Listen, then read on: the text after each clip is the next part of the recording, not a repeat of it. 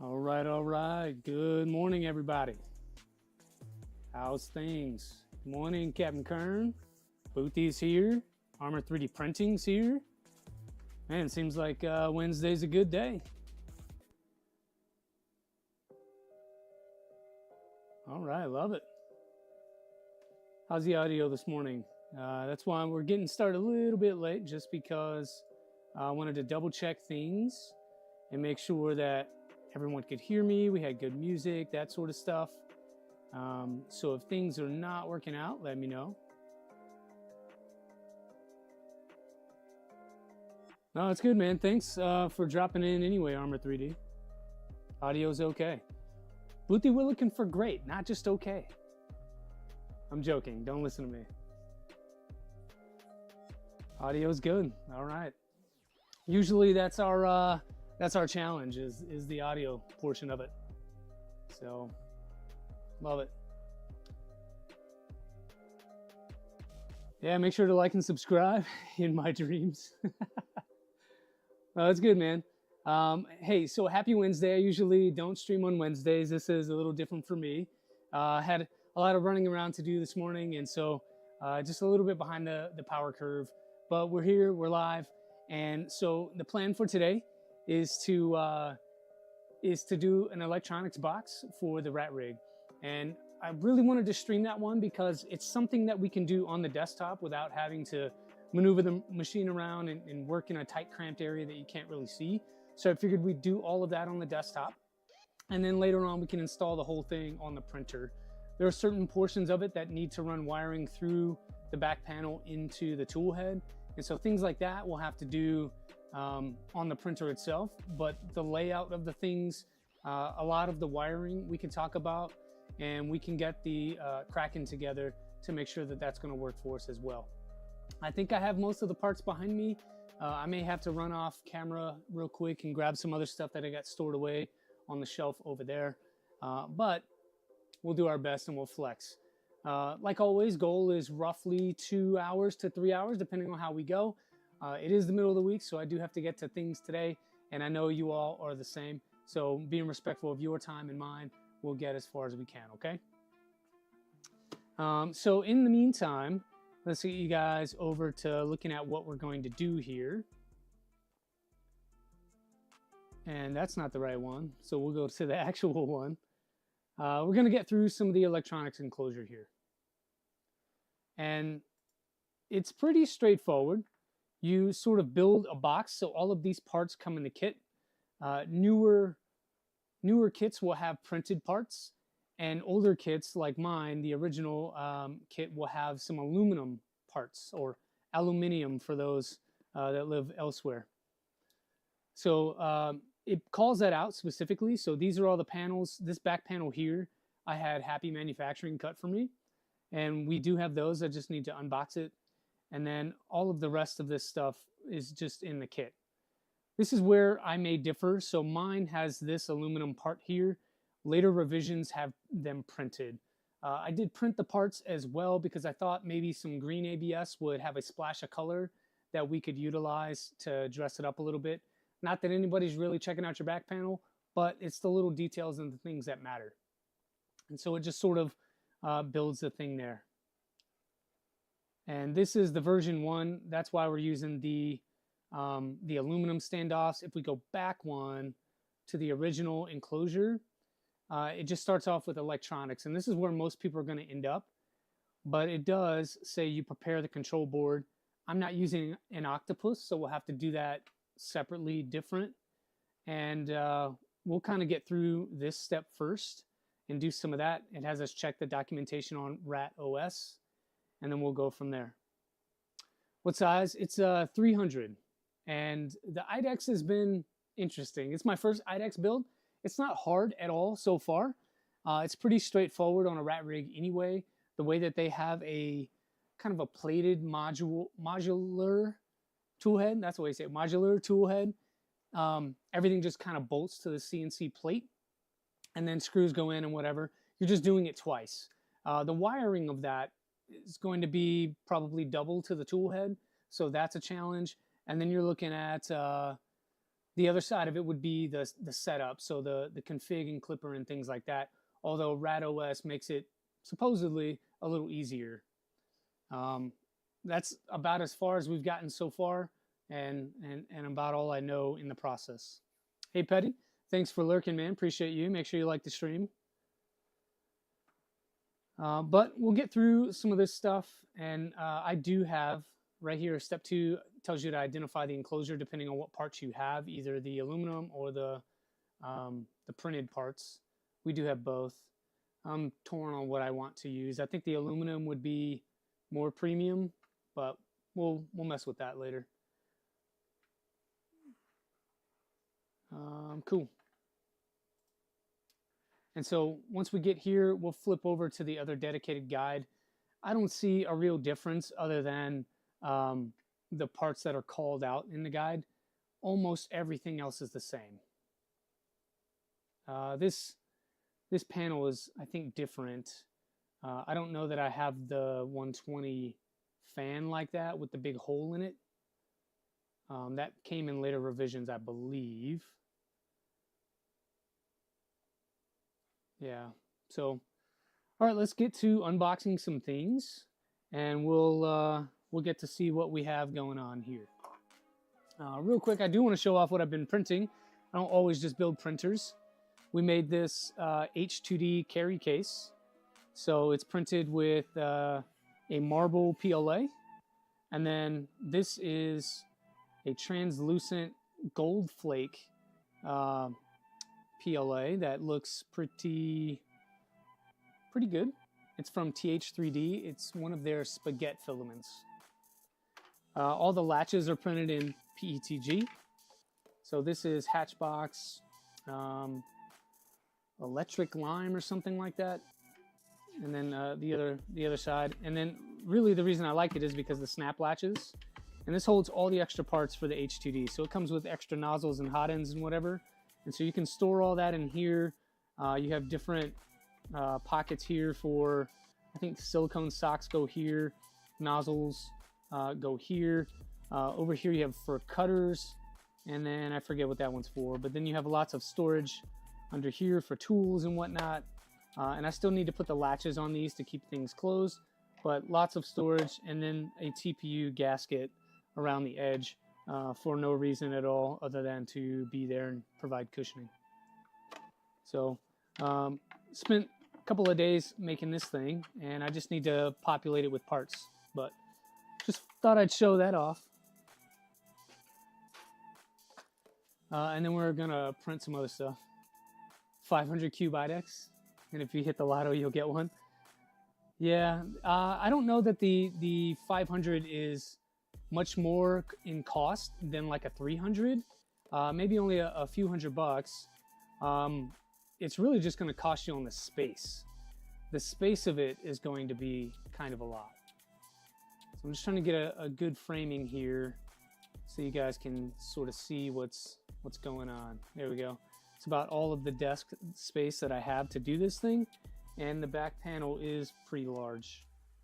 One other thing that I did is I modified these printed parts. So originally these are the parts that it comes with, printed from RatRig with everything. All the heat inserts were already in there, printed from the factory. You can see that the belt comes in and it kind of does this P shape and then back out with the teeth sort of interlocking in this edge. That was really difficult for me to make that belt bend all the way through there and try to wedge that in and then still have decent tension. So what I did, and this is a practice piece, that's why it's blue, just modeled in sort of an L shape, which makes it easier to route the belt. And then you have grips in here for the teeth to grab onto mechanically. So you have it here and then on this side as well. And then there'll be a top cover, which we have here, that goes on like that to kind of secure the belt in place to keep it from popping out. So I did swap those out on the machine. These are the spares. I just wanted to show that off to you all so you don't think we're playing with I don't know, special parts or whatever. Hey, thanks Armor 3D. Thanks for being here for the time that you could, man. Have a good one.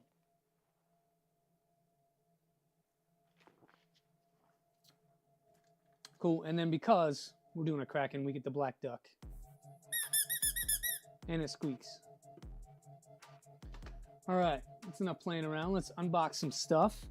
The way that RatRig sends this over is by a box like this. So it comes in this giant box, and when you open it up, you have all the stuff in here. I did have to make different brackets for the Kraken.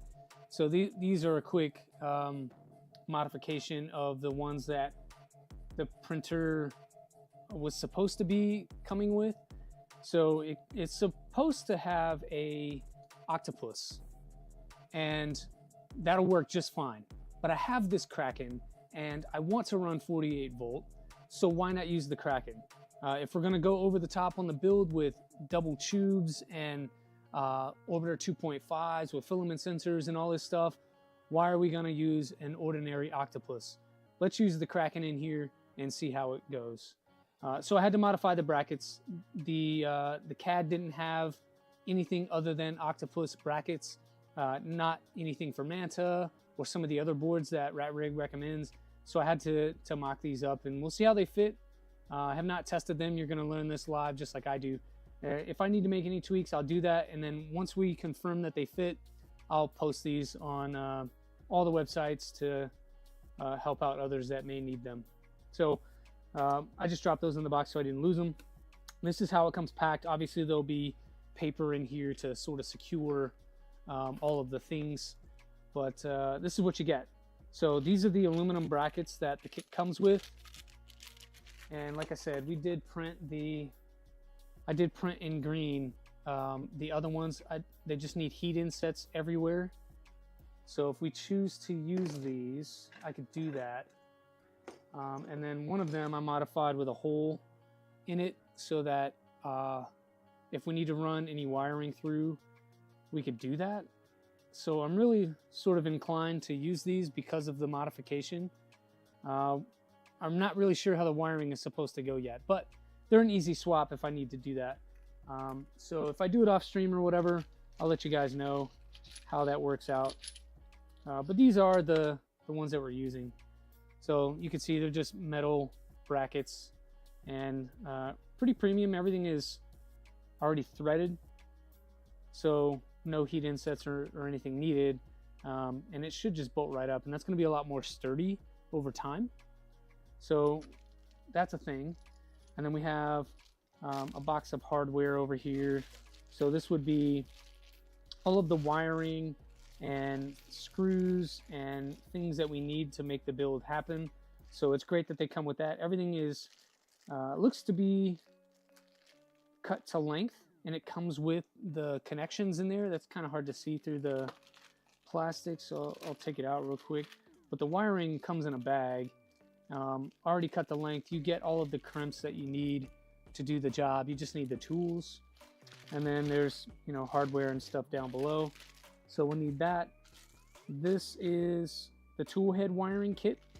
So this comes for a single tool head, but we've got dual. So if you upgrade to the IDEX kit, it'll come with another set of these so you can wire up your tool head. We're not probably going to do that part today unless we get really motivated and get through a lot of wiring stuff. But that's something you can expect to have. Toss that over there for later. I'm not sure what that is. Some sort of panel, the quick access panel. I don't know. And then the other stuff is all padded out. And these are the pretty heavy duty panels here. So this is the panel that'll go up against the printer itself. I want to say this is 3mm aluminum. Try not to scratch this thing. Yeah, I love the matte kind of frosted texture on this one. Hey, Breeder Printer, thanks for being here. Ain't gone be reason to build IDEX when Bontef have index by the end. Sure. Yeah, the IDEX or index, whatever it's called, looks pretty tasty. All right, but this is the panel we're gonna look for here. The instructions, from what I remember, have us do it this way. So all of your hardware to hold down things are flathead cap screws, and they go through the back of this panel. And this is a pretty stout panel. Let's see. Looks to be roughly, actually it's a 2mm panel. Yeah, a 2mm aluminum panel. So that's pretty stout. And this would be the top cover here. So we're not gonna need that for a while. So I'm not gonna install that. We'll put that to the side. But we are gonna work on this. These would be the side panels. So you can see there's a cutout in that one for your socket. And the way that they wrap these is really nice. Keeps things from getting scratched. And I believe if your printer is big enough, you could probably print these if you wanted. You could just do them in a different color. 15-minute build? Yeah, man. Hey, projects in Dad's garage. Yeah, 15-minute build. Yeah, again, 2mm aluminum. So these are really nice. But again, if you wanted to print these and maybe have a different pattern on this for venting, you could totally do that. I think for most people, this is going to be just fine. And plus, I like the aluminum. So we'll stick with that.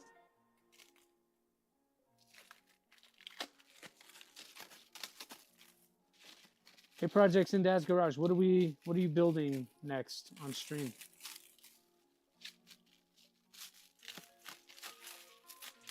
I'm always curious about other people's projects to see what the new hotness is out there. I saw that the Micron had a few updates in the last couple of days. Not from you, but from Heart K. He had updated the CAD model and some of the parts for the Micron, which is great, but also kind of sucks because I printed all the parts already in prep for the next stream or build or refresh or whatever you want to call it. Yeah, so a little bit shorter of venting on that one, and then this one has all of the fan cooling. We're probably going to need to add more based on what I think I know about how the Kraken gets pretty warm, especially on 48 volt. So we may need additional cooling, and we'll tackle that if we run into it.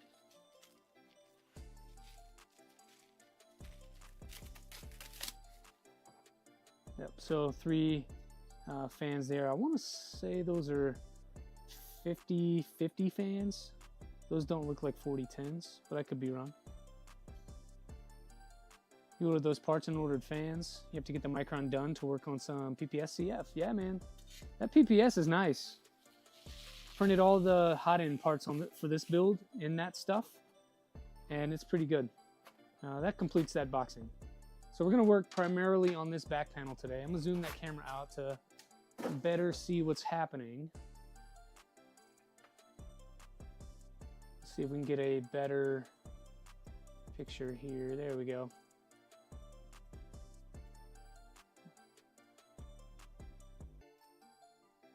Try to get a good shot there. All right, so we're going to need some extra space. I never put anything in PPS-CF, but PPA is pretty nice. Yeah, PPA is the nylon version, and then PPS is, I don't know, a word I can't say. The S is for sulfate, I believe. What is this? Is that empty? Yeah. Okay, so we have all the extra hardware sitting out here for the rest of the build. I don't know what I'm going to need or not need, so I just kind of laid everything here. We'll see what we get to. And then we've got some other stuff to go on the tool head. So these would be the sort of the wiper stoppers. So when one tool head is not printing, it'll sit over top of this pad to sort of keep that from drooling, and then it'll wipe across there before it returns. So those are pretty easy to install. We'll see how far we get with it. So, all right, have those things unboxed. I think step 1 has us put the the bracketry on. Let's go over to Chrome and see what they say. So they want us to prep the board first. I suppose we could do that. It says we need a cable, put the jumpers in there, allowing the board to receive power from the Pi, 5-volt power supply is recommended. Flash your board and make sure it is detected in the configurator before you plug in your stepper drivers and start connecting your wiring. I don't know that I want to do that right now. I don't really want to get into firmware and all that today.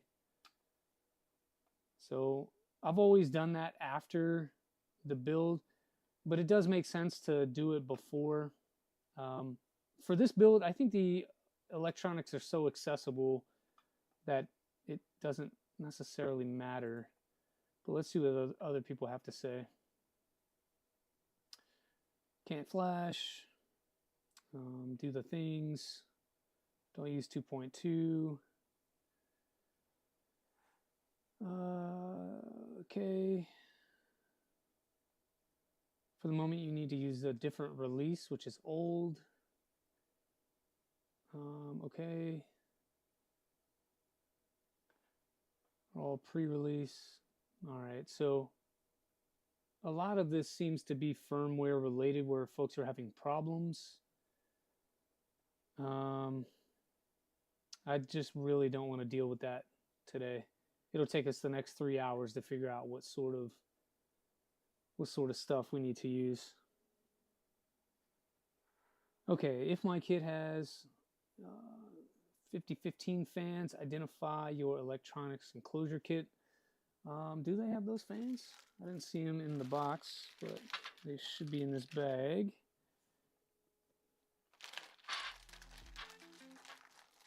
So these are the fans that we need. These are 50mm fans, like I thought. These are clips.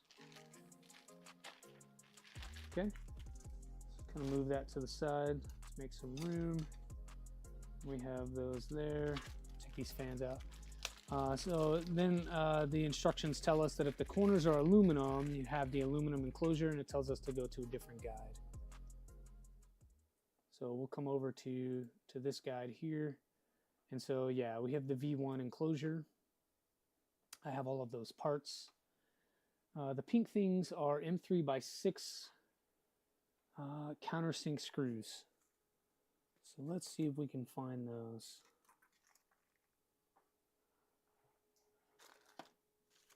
Countersink screws.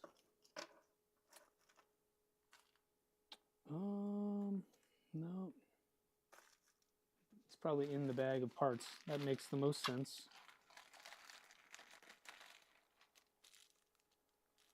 Trying not to bring out everything and get them all cluttered on the desk like the rest of this stuff. Countersink screws, these are M4x6s, but I need M3x6s. Seam 8s. Just dump it all out because I don't have a choice here. Put it back in one by one. All right, we have the screws, and then I need, let's see, all of the panels. We have that, and then we start putting on these corners here. So throw in all the rest of this stuff that we don't need immediately. It's a lot of hardware. Okay, just kind of put that to the side. So we're going to use these brackets here and these screws here to install the corners.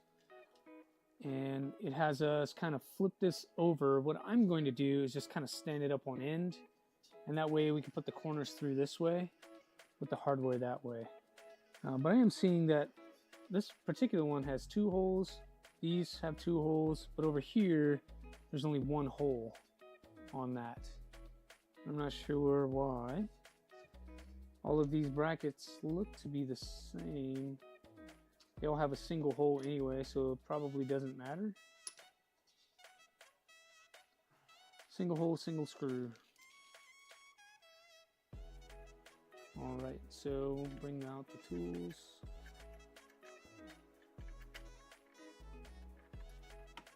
Come on.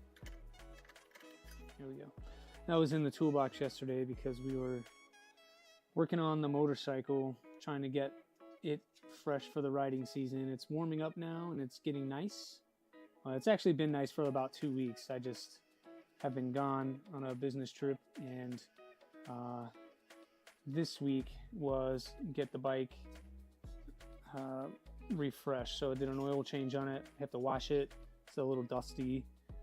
And then need to oil the chain and whatever. So get to be a little bit of a mechanic for a couple of days. That's what I was out here doing yesterday instead of printer stuff for once, is working on the bike. Itching to start to ride again. Anybody else ride in the chat? There seems to be a pretty big riding community where I'm at. California, of course, is a huge car community and a huge motorcycle community anyway. But in particular, this area seems to have a lot of riders.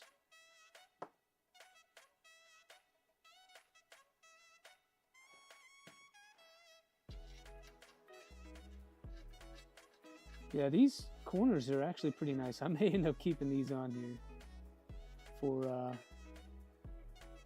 the build, because when I look at the actual parts we printed, it's got a single hole there, and the aluminum ones have single hole on both sides, but the plastic ones only have the double hole, so it would not work actually. So those parts are unusable. We'll have to redesign those for a single hole if we want to use them. You had one fall a few years back, so got over your ride the bike phase pretty quick.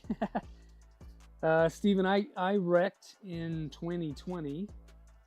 I was at a traffic circle and it was pretty cold out. I hit some black ice and basically got whipped to the ground. I broke 4 ribs, mild concussion, scrapes, bumps, and bruises on my left side, knuckles, knee, all of that, and shoulder.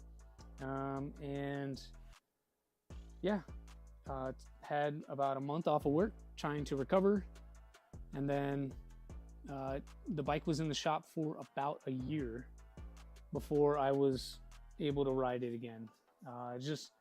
It was in 2022, so parts availability wasn't the best at the time, and I had to wait on a tank from England.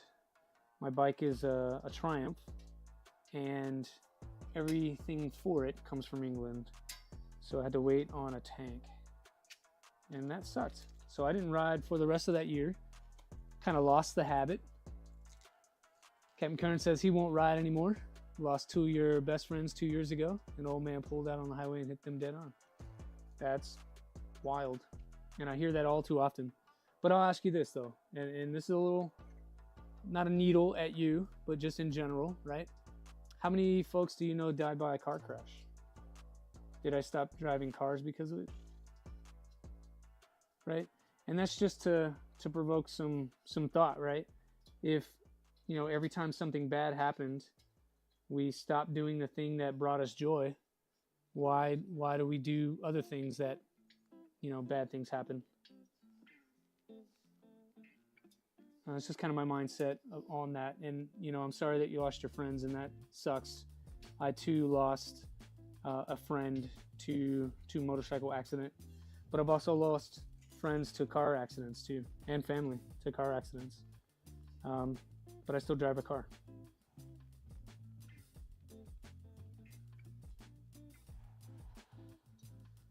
Also lost an uncle to stairs. He fell down the stairs and like broke his spleen or something, and because of it, do I just not take the stairs? You know, one person that died by car crash in 48 years. I know 9 people in the time that have died by car crashes. I know it's an irrational fear. I mean, all fear is sort of irrational if you think about it in terms of that. Why are we scared of snakes or you know, really any kind of animal like that? They really don't want to mess with me. So leave them alone and they'll leave you alone kind of deal. But I mean, we're human. We have fears. We have things in our history that cause us to be fearful of things.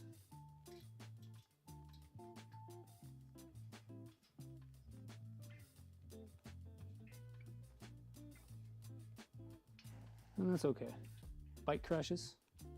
You know, 9 people that died by bike crashes. Yeah. Yeah, it's definitely a higher risk activity than driving a car. That's not what I'm saying. I'm just philosophically talking about beliefs.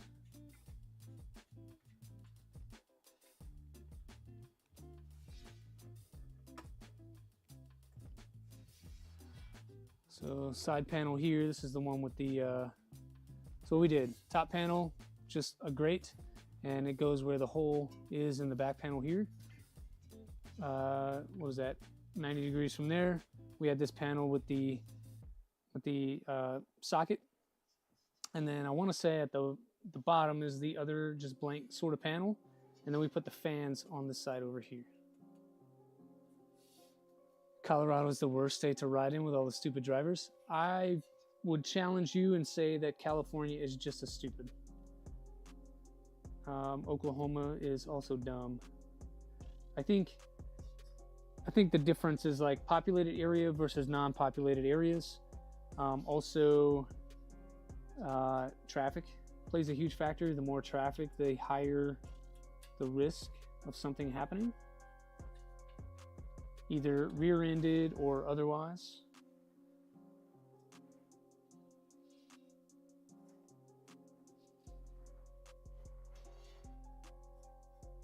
Utah drivers.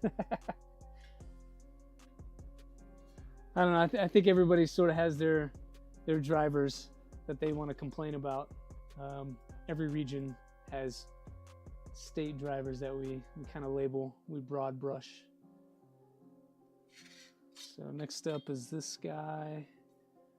This goes this way. So big blank spot goes towards the same side with the outlet. And this one's pretty simple to figure out. There are chamfers where the screw holes go, so that should probably go to the outside so you can screw things in. Every winter, everyone needs to relearn how to drive. There's always a ton of accidents. Yeah, that's sort of true. It's an unfortunate thing. We lose our minds when we take time off from doing something, and then when we get back into it, it's a relearning all of the things. I feel that way at my job too. When I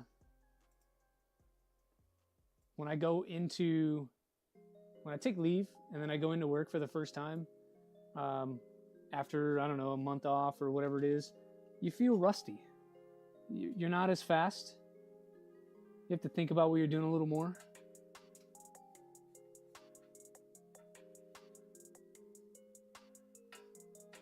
And I think it's the same for driving a car.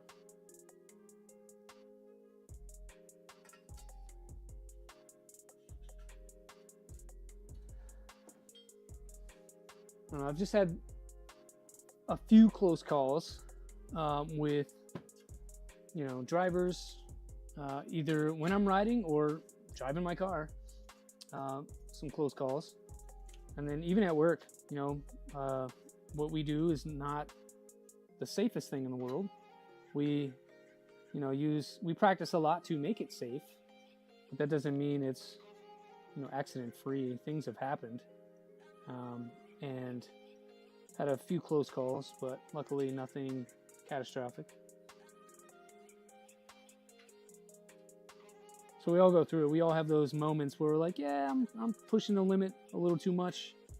And I think too, as we get older, we choose to take less risk.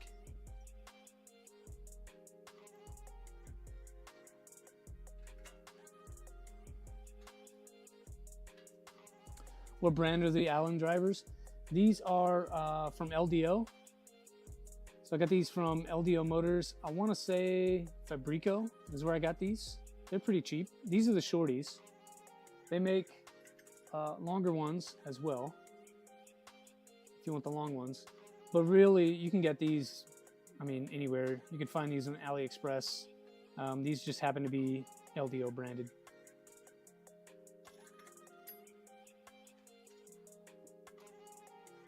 All right, what do we got next?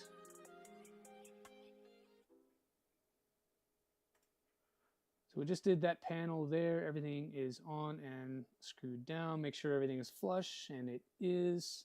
It's a little bit of bendiness to the panels because of no middle supports, but you need a set. You can get them at Fabrico.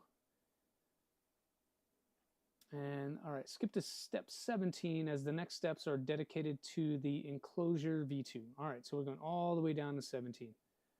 Why not just give me a quick link to get me there? Okay, assemble the octopus. We're not doing that. We're going to assemble the Kraken instead. So we'll put the jumpers on and we'll make sure the drivers are what they're supposed to be. All right, see you, Captain Kern. Game time. Can't mess that up. Just put that to the side. All right, we'll get the octopus out. We'll put some drivers in it. I want to use 5160s for the X and Y, just to be able to handle the 48 volts. So we'll find some of those. And it says 2209s for the hybrid. What? Yeah, 7 2209s for the hybrid. If you're only doing a Core XY, you would only have the 5. I will probably run 2240s. Hey, 3D Medic Vince, good morning. Thanks for being here. We're working on the electronics box for the RatRig. So you just came in at a good time. We're starting to configure the Kraken. This is it here. I've already taken the duck out because my daughter is probably going to steal it from me. But we've got this one, and then I have a bin full of ducks in another place. But it squeaks. So we'll do that one. This is the Kraken here. And then it comes with all of the connections you need and a USB cable. These are jumpers. You have some stickers. That one's kind of cool. I might put that on the printer when I get done. So I'll probably do that one. Probably add that guy. And then we'll add that guy and that guy as well. And then maybe that guy too. We'll find a place to put those. Thank you card. Be great if they had like a QR code on here that took you directly to the support page on the GitHub that you're looking for. But first world problems. And then another sticker if you want more of a normal Big Tree Tech sticker. I have a box of stickers of all kinds, and I just kind of collect them and don't really know what to do with them. I told myself I was going to make a board, sort of a backdrop to put them on, like behind maybe the workbench here, or plastered on a wall, and just collect stickers. But I started putting them on my rack over there where I have my printers. So cool. Look at that. We need no drivers. They're all installed already. They're probably under this big heat sink here. I forgot about that on the Kraken. They're all soldered to the board. So we don't even need to do that step. That's awesome. You can see the big MOSFETs here for the 48 volt, and then the different labels for how we're going to power this. So we are going to provide 48 volt to the motors, and I have a module to do that. This will be 24 volt power. Bed power will be main, so this will control our SSR. Sorry, so 24 volt in here, and then bed out, this will go to the SSR. Yeah, pretty big MOSFET here for your hot ends and whatever. Cool, it's a very nice board. It's chonky. So that's a Kraken if you've never seen one. If you're trying to compare it to something like a octopus, I think I got one of those somewhere. let's see what we have in here. All right, so this is a Manta. So Mantas are pretty popular because they're an all-in-one board. I love them for what we're doing. If I didn't have this Kraken, I probably would use a Manta. Just because it's all-in-one nature of it makes it super compact. So I haven't even opened this one yet. But size-wise, you still have all of this hanging out. So it's a lot larger. And it's probably all of this row of pins here sticks out from the bottom of the Manta. So it's slightly bigger this way and pretty significantly bigger this way.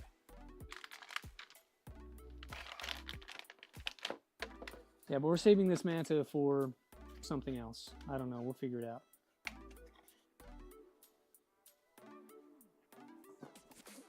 There's also like a Mellow X10 down here and some other things. So there's quite a bit. All right, what are we doing now? Let's do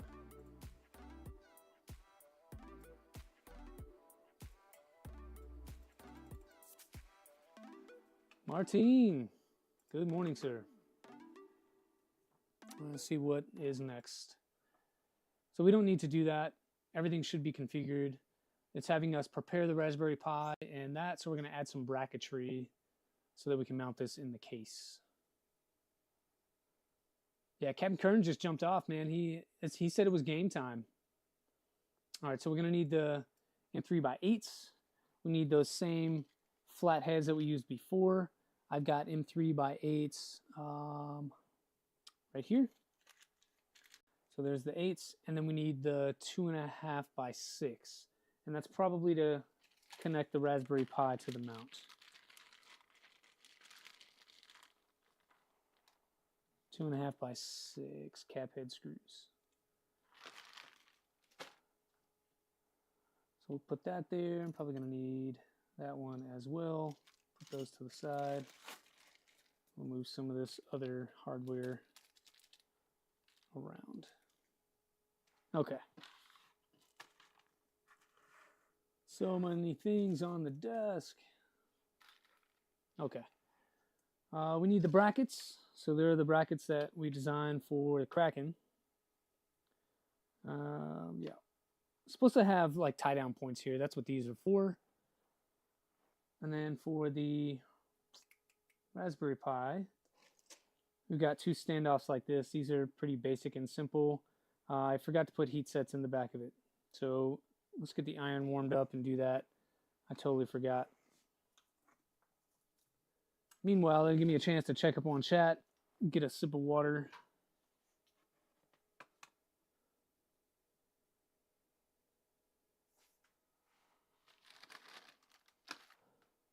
Yeah.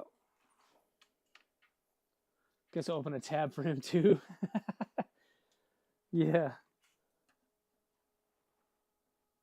All right, plug that in, turn this on, take you over here. All right, so I've already put the heat sets in for the Kraken bracket that we have. I forgot to do them for the Raspberry Pi, so we'll knock that out really quickly while that iron is heating up.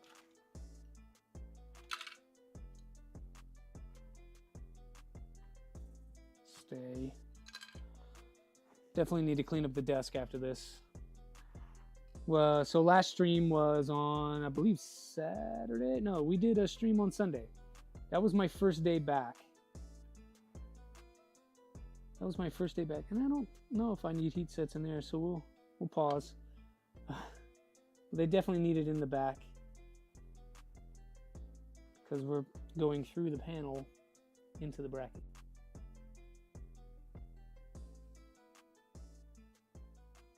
Like that. Well, a little more heat. I like to put them just flush underneath the surface. That way they don't hit the panel and stop short. and skew the bracket at all. So just flush, cool it down on the plate, and do the same on this one.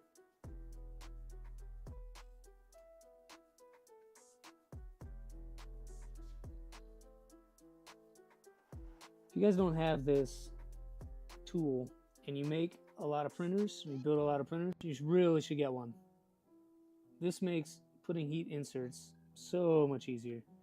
This one I want to say was like 25 bucks on Amazon. It's probably more than that now. I bought this a couple years ago. But you can find something similar on Amazon. It's one of these. It comes with the iron and it has a spring, so you undo the knob here and that adjusts the arm up and down so that the tension will put it where you want. This can be your stop. If you need a stop, you can use that. And then it uses V wheels on the back, so those are pretty reliable. And if you already have like an Ender 3 bracket, you could probably just use that. And this is just a piece of 2040 mounted to a plate. Hey DaVinci 10, good morning. We'll push that off to the side in case we need it for other things. Let's see. This says, okay. They want us to mount. So it does look like there's heat inserts in that Raspberry Pi bracket. But if it wants me to use, or sorry, that's the octopus. Okay, so we did that, and it has us put that on like so, and then put the octopus on there. I'm curious about the Pi. So it's saying M3x6s, and then it has this, but if I look at that bracket, it does have heat inserts in there, but it wants me to use 2.5 hardware. I don't know that I have 2.5 heat inserts, so we'll have to find those really fast.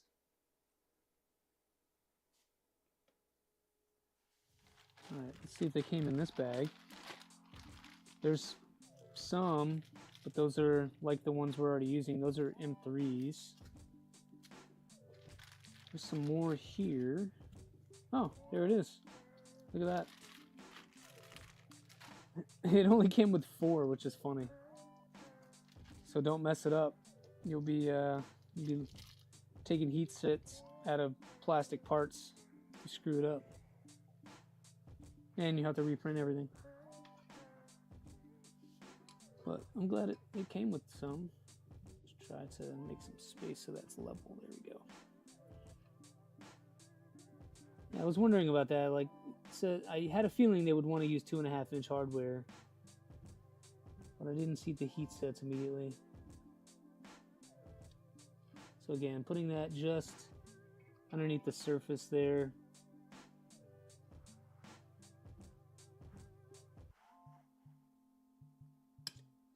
Get a good view of that guy. It will take an M3 boothy, but it is designed for an M2. The M3, you sort of have to like enlarge the hole a little bit. So it works. I've done it, but it's designed for a 2.5. And these parts are designed for a smaller heat set. So rather than redesign the part to accept a larger heat set, we'll just use what came in the kit. So far, the only additional hardware I've had to use is the additional M4 hardware for the what's it called? For the bed arms, because the MRW kit did not come with hardware, and we needed it to install the bed arms. So I had to dig into my stash for that. Literally everything else has come from the kit. All right, so redesign these to accept the Kraken. I tried to account for the size of this board and to have access to connections and things. The most important one for me was the power distribution. So I wanted that at the bottom because I know the power supply goes right here. And with that going right here, I wanted an easy run over to the board. So a little bit of thinking ahead will help me out, I think. And then you, of course, have tie down points here. So this should go like that. Those holes appear to line up. And then you'll have sort of a tie down point for things. Probably these hot end connections here can sort of flow down, come across and connect there. I'm not sure. I may go back and redesign again and add another tie down point on this side. That way you have options, and then do the same for the upper bracket. We'll see how that works out, but I think I'll end up doing that.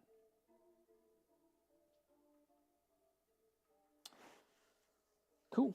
So it has us install these with M3x6s that we were using before. I believe that's going to be a common theme. Everything on this back panel looks to be drilled for flathead cap screws. So just to confirm where these go, I tried to adapt the stock mounting holes to the board. And I'm seeing sort of like two sets of holes. So if I move the bracket, you have an upper set and a lower set. I want to say, if I put that up top, that's going to sort of create an issue. But I think that's where it goes on the instructions over here. And then this lower one, if I look at that again, goes down here next to this hole. So it'd be like here, which that's fine. I wonder, so it clears the top corner at least. Yeah, it's clearing that top corner. You can see it really well. And this bottom corner is really kind of a non-factor. Let me see if I can update this box here. Let's see. I feel like it is cropped a little too tight.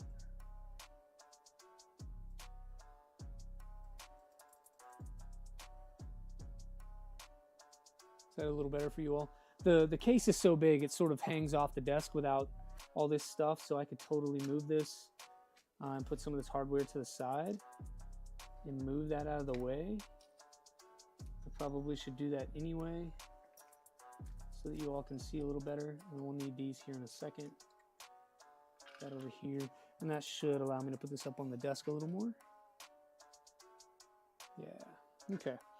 So just make sure you get the layout right. There are holes all through here that look to be sort of the same spacing, especially this upper set. These are pretty much offset, and I think that's for flexibility if you wanted to use a different mounting set. It doesn't describe any of that in the manual.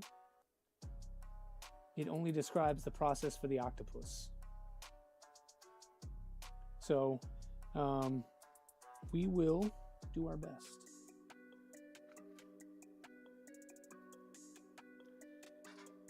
And I want to just verify before I have to undo this. Sorry, team. So those holes do line up. The board pretty much lines up with that. So upper holes on both sets in the box if you're using the Kraken. So again, we'll stand this up, come through the back side into the bracket.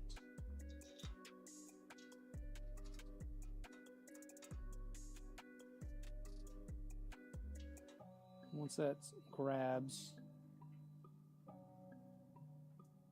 I'm not going to tighten it all the way down. I'll leave it a little loose. That way, if we need to maneuver for this other screw, we can do that. ABS shrinkage is sometimes a problem.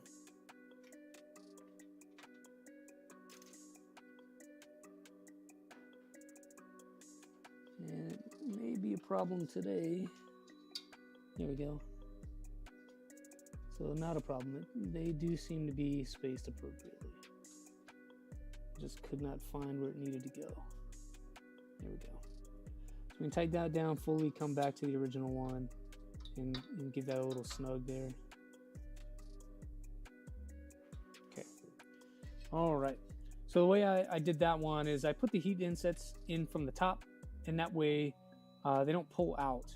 They sort of pull into the plastic if you tend to over tighten or get a little crazy with it. And then the bottom bracket goes this way. They are labeled upper and lower. I did take the time to write that on there. It's just really hard to see with this lighting, but that filament is so fluorescent. It makes it hard to see. But yeah, there's an upper and a lower. On the original brackets, I don't think it matters. I think the upper and the lower are the same for the octopus.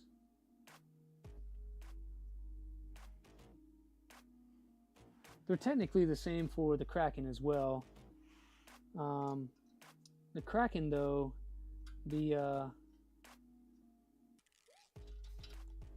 top mount needed to be a little bit longer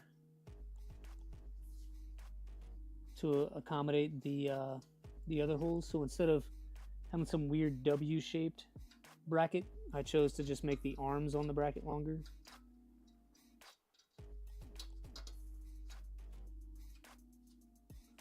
And then they had to be wider as well. Okay, so that's on there pretty good. I'm happy with that. All right, there's our bracketry there. So again, I could have kept the holes in place and just moved this portion up, but then you would have ended up with something like that. Didn't like it, so I just extended these out. That seemed to be the best route. And then I think I'll just go ahead and install these pie mounts. The pie goes down here, I believe, like that. And I'll just verify that on the instructions here really quick. Yeah, so the pie mount goes right where we have it. Perfect. So we'll just put those on really fast. Same hardware, the M3x6 flatheads.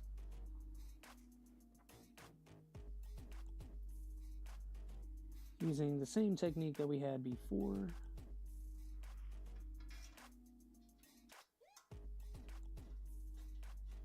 I do like that it's metal, and I like that everything is pre-drilled and pre-located. So if you just bought the standard kit and you're doing a standard build, it'll go together perfectly. The issue could be if you plan to modify or change boards or any of that stuff, you want to change your layout to be more conducive for a different setup. This back panel is not really going to work for you. You could, of course, drill new holes. It's just 2 millimeter aluminum. Just drill new holes, chamfer, whatever. So I guess if you're into modifying, the expectation is that you would be willing to do that stuff anyway. But just keep it in mind. I may have to end up doing that to put the 48 volt module in here. And if I do, I'll tell you guys that I did it. I'm really considering just putting it on with some double stick tape. Got some 3M stuff from building borons that works pretty good, and if it works great on that, then it should be fine over here. It's just a voltage module. It's actually a little bit smaller than a Raspberry Pi.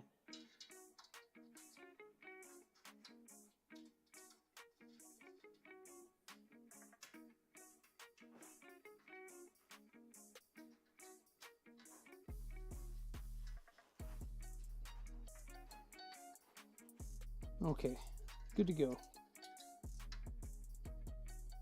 There is that. Now we can drop in some electronics. I want us to drop the board in first, so we can do that really fast. Things seem to line up on the first shot. I didn't do too bad of a job. Too bad of a job at all. And then it's just M3x8 cap head screws, or socket head screws, you could call it that too. And that's what they are using to hold this down. So we have those right here.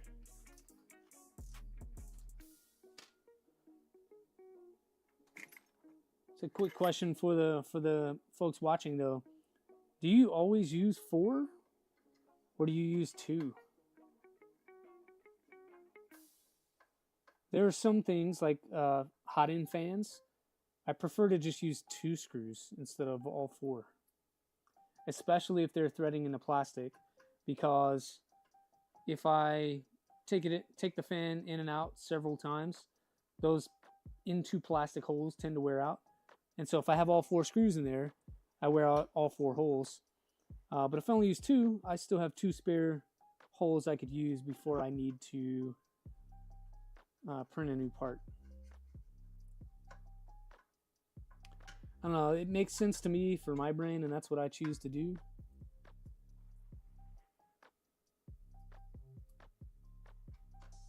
Yeah, these brackets work pretty good. I think I'm gonna make just one more change. I'm gonna add another tie down point to either side over here, just to have options. Hell, I may even add sort of like a half moon shape with several tie down points, that way you can angle things how you want it to be. These two, I'm probably gonna leave the way they are, but I do like the idea of having sort of a half moon here that you can use to direct wires in a bunch of places. So I'll probably go back in Fusion and add those and then swap out parts, but we'll see. We'll see. They fit as is though, so that's pretty good. There's that, and then pi. Here we go.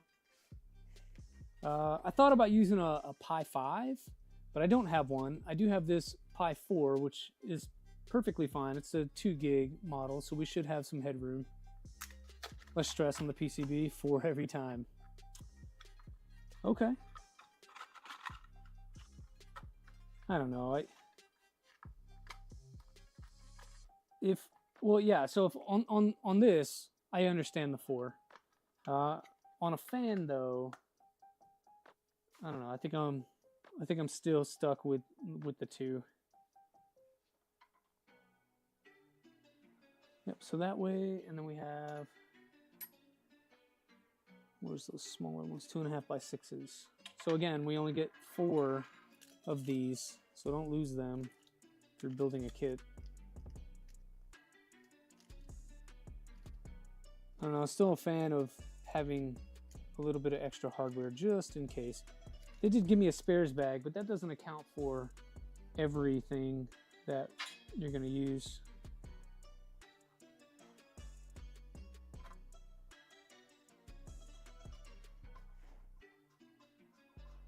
I'll move this here, just not a fan, just the board.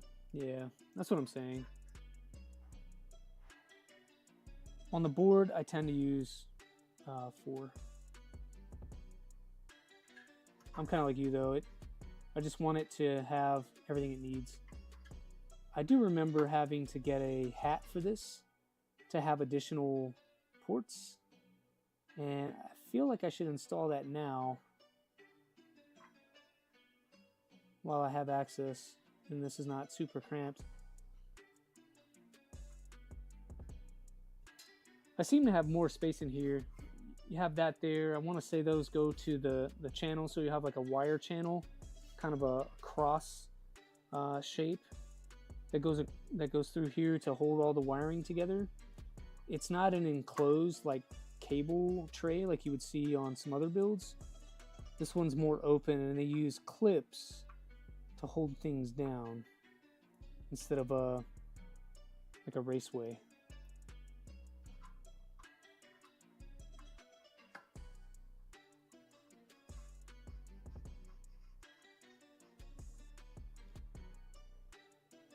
Cool, so that's that. Let me find that board I was talking about.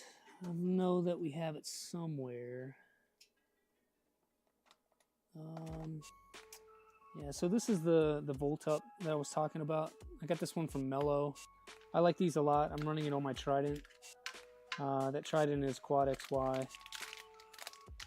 So this is the other board that I got to figure out a place to install this. The Kraken's taking up some extra room that normally it wouldn't. Oh man, how'd they get it in here? Anyway, that's it there. This is going to take 24 volt in and then provide either 48 or 60 volt out. And we can install that on there. So this is kind of the wiring layout of that. So you see 12 to 36 volts in, we're going to provide 24, and it's going to give you a voltage out. That voltage is selectable through these jumpers here, you can see, depending on what you select, you get either 48 or 60 volts. And then for the other channel, it's the same. So you want to make sure that whichever one you're choosing, either 48 or 60, that they both are the same. It will not work if you do one of each, okay? And it comes with the jumpers and stuff to do that. There's also provisions on here, so these two orange spots, that's to install a 4010 fan on there, or a 4020 or whatever you think. You need to keep these MOSFETs cool. So in the Trident, I just have a 4010 fan on top, and it has a provision here and here to where that fan will run, and it's a continuous fan, so keep that in mind. It's going to run on whatever power you provide. So if you have a 12 volts going in, you need 12 volt fan, or your 24 volt is going to spin too slow and your 5 volts going to blow up. So something to watch. But yeah, those are pretty affordable for 13 bucks, 15 bucks, something. I don't know. So we need to do one of those, and then I swear I have a Pi hat that I need to put on this thing. I'm not fully sure what I did with it just yet. Let's see, cooling towers and all kinds of things in here. If we need to use a cooling tower, we can do so. I just need right now the Pi hat. Maybe I'll find that in a different time. Because right now, I really don't know where it is. I should have looked for this yesterday. That's the problem with having so many different parts for so many builds all at the same time, is you get sort of turned around on where things are located. And recently I've been out here reorganizing a lot of things, so stuff has been moved and placed in different areas, and who knows what is where anymore.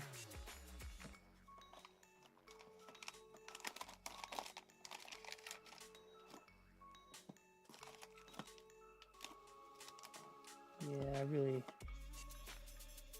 really don't know right now. We'll find that later though. I know I have it somewhere. Oh, there it goes. Nope, that's the wrong one.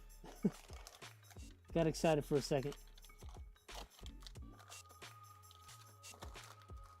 Come on. Yeah, well, we'll find it later. Because right now I really don't know where I put it. So we'll come back to that portion.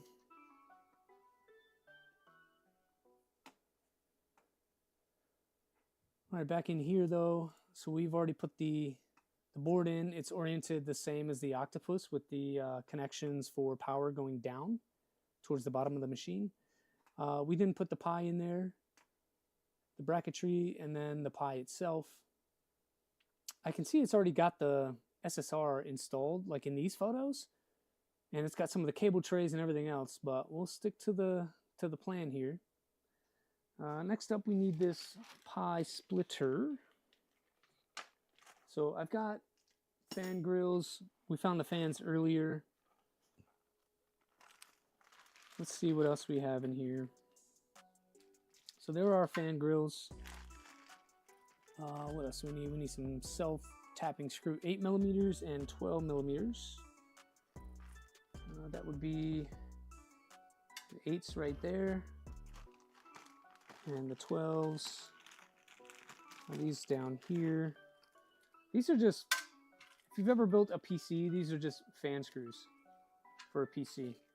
And these are just 50mm fan grills that you would find in a like a server or like a PC build. And then we need some fans, which we have, and then there's a splitter. This guy. Okay. The labeling on these are great. every bag is labeled with what it is. It's just, they're all kind of spread out in different locations. Okay, so we have all of the parts. What are we doing with it?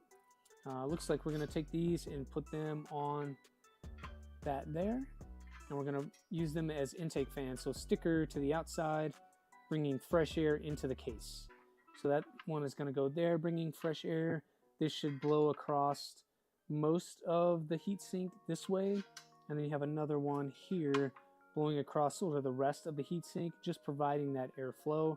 I'm still considering some sort of cover or other contraption where we can place maybe one of these fans or a different fan on top of this to get direct airflow, or even considering if you had like a 120 fan, which I still don't know what this piece is for, we'll figure it out, but like a 120 fan that could sit right there and flow a lot of air very silently, but that would require a different cover. And I think it would be really cool if the cover was actually acrylic, so we could see through it, and maybe it was smoked or something like that, but then it would have a hole for a 120 fan sitting right over here to cool that massive heat sink. So big dreams, big ideas. I'll let you know what I figure out.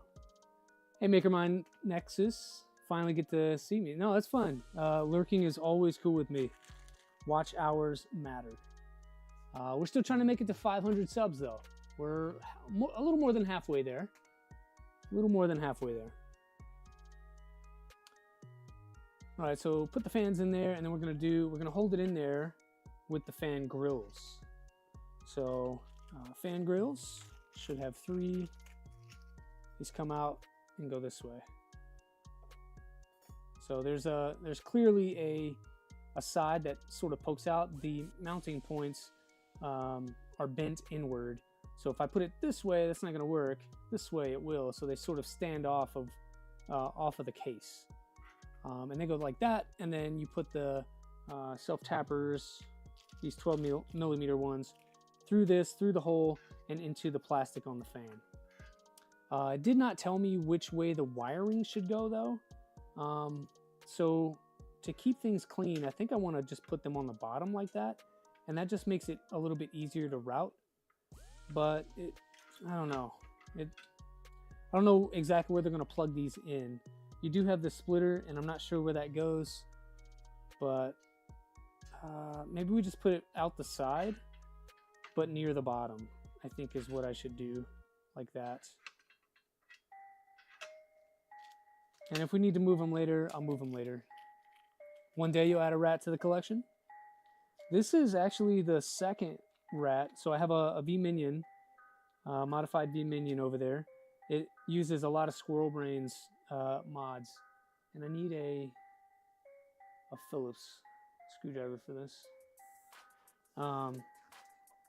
Yeah, but it uses Squirrel Brains Z-axis. And then this is the second one. So this is the IDEX V-Core 300, V-Core 4. And then I have a 400 millimeter V-Core 3 in a box for the better part of 2 years, almost 3 years, that I still have never used. And so Boothie, this is if you're still here, this is an example of me doing only 2 screws into a fan, because like I said, I'd like to have the option to have additional holes if I booger these holes up too much. So there's that.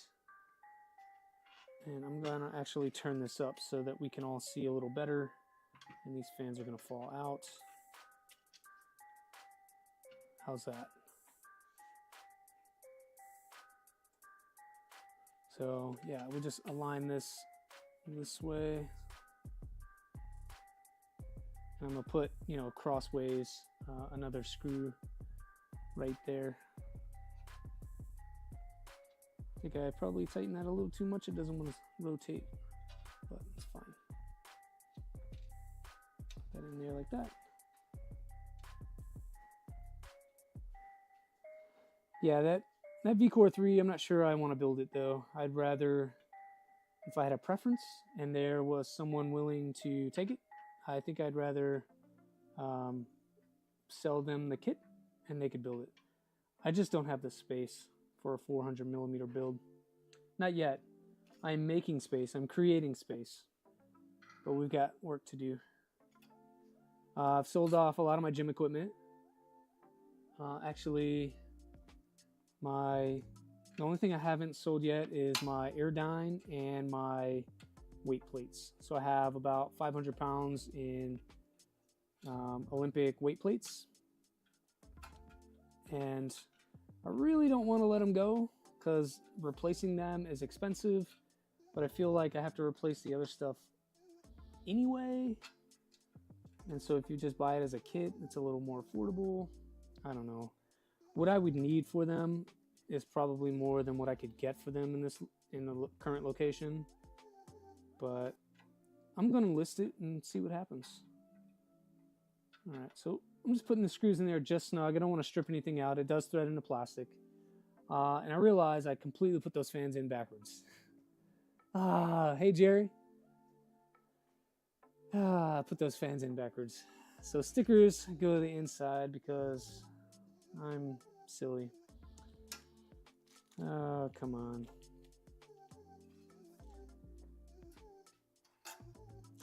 We'll do this one correctly. So fan this way.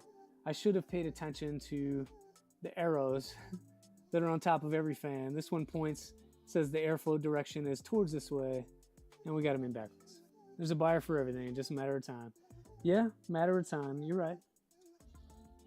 So I'm definitely gonna put it out there and we'll see. We'll do that. We'll put the RatRig up, or I'm sorry, the 400 up. I don't need a 400 except for every once in a while. There's been exactly one time that I needed anything on a 400, and that's because I was collecting parts for a V-Chonk, which would be, you know, another RatRig build. And so I needed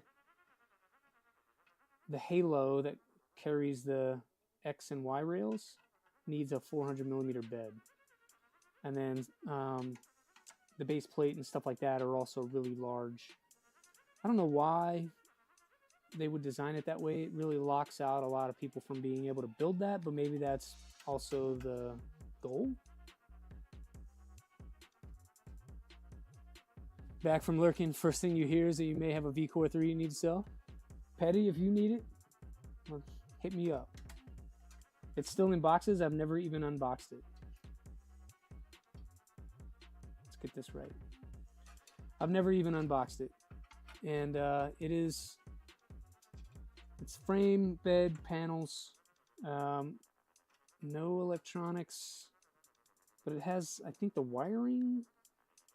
Yeah, so it's the wiring without the main board or the Raspberry Pi. But it has panels, frame, bed, heater, that kind of stuff.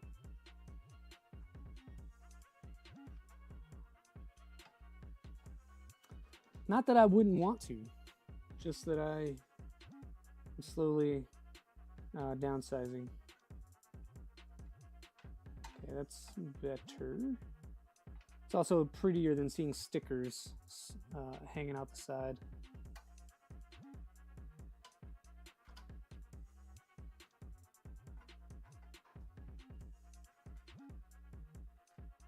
Come on, my hive mind let me down. Let me put these in backwards.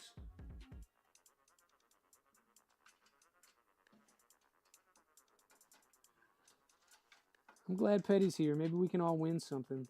Need that luck to rub off on folks.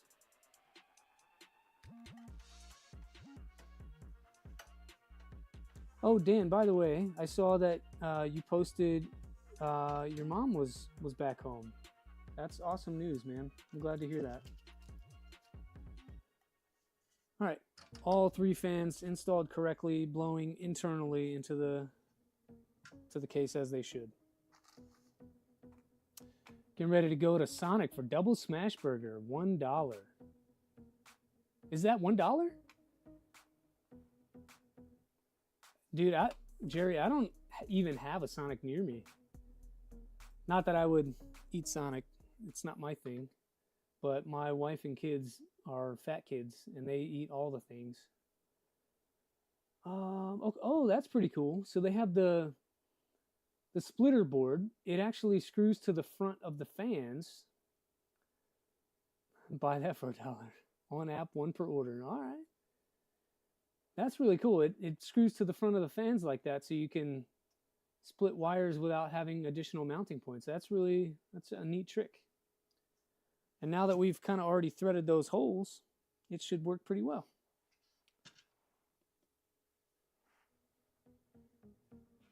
She's resting and has her few follow-up appointments.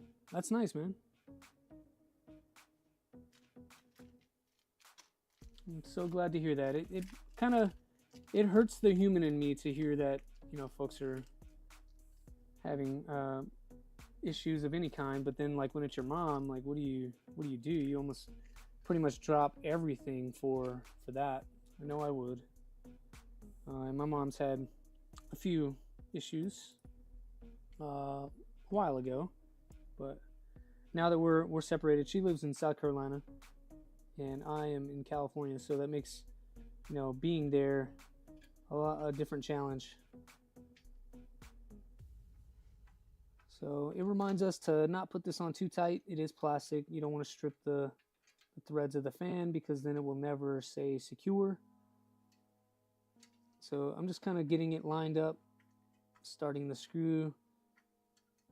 Just put it down snug so it doesn't move. And then I'll tighten down the other side. All right, so that doesn't move anymore. Same for this guy. Sweet. So that's that way. I noticed in the manual, at least, the opening on the JST, so the actual clip part that clips into the socket is to the left. And so that's how we're going to do that. And then I just need one wire that goes from the board at some fan port that we will choose in the future, come from here to here. I want to wire it though, so that I'll configure it, I should say, configure it in Clipper so that when any of the steppers are activated, that these come on to provide airflow. So I'll probably set it for X and then a Z motor, and then one of the single Y motors. So we'll have 3 triggers that will turn these on. And then we'll leave it running for a period of time once they finish. So another bag done. And we have 2 extra screws because we didn't use all of, that's the wrong bag. We got 4 extra screws because we didn't use all of the ones in the fan. So look at that. It's a cheater way to get extra hardware.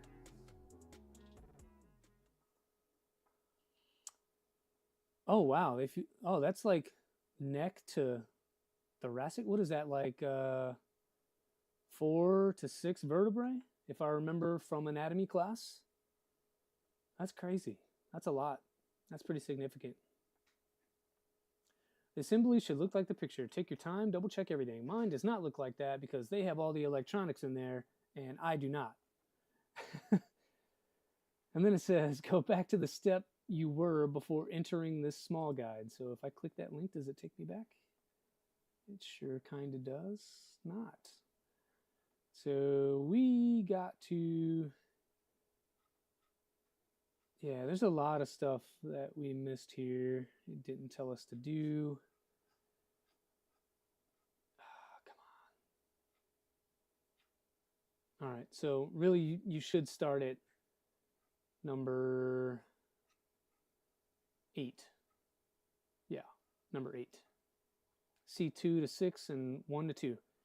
Yeah, so 1, 2, 2, 3, 4, 5, 6.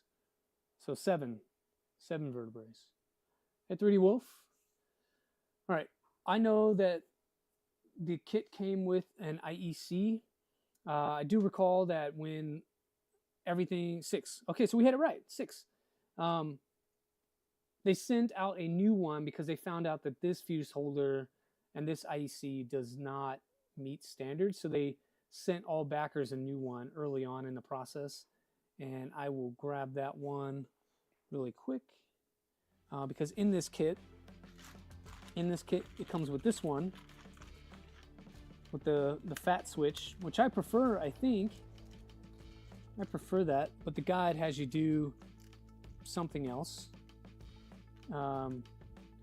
This is the one it came with, but I know that they sent me something else, so we'll compare the two and we'll see how that works out.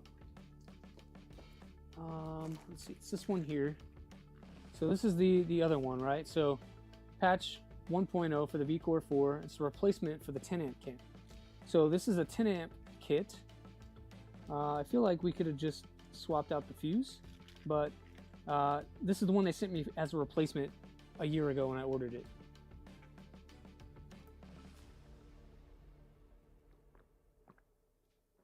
Let's get a sip of water there.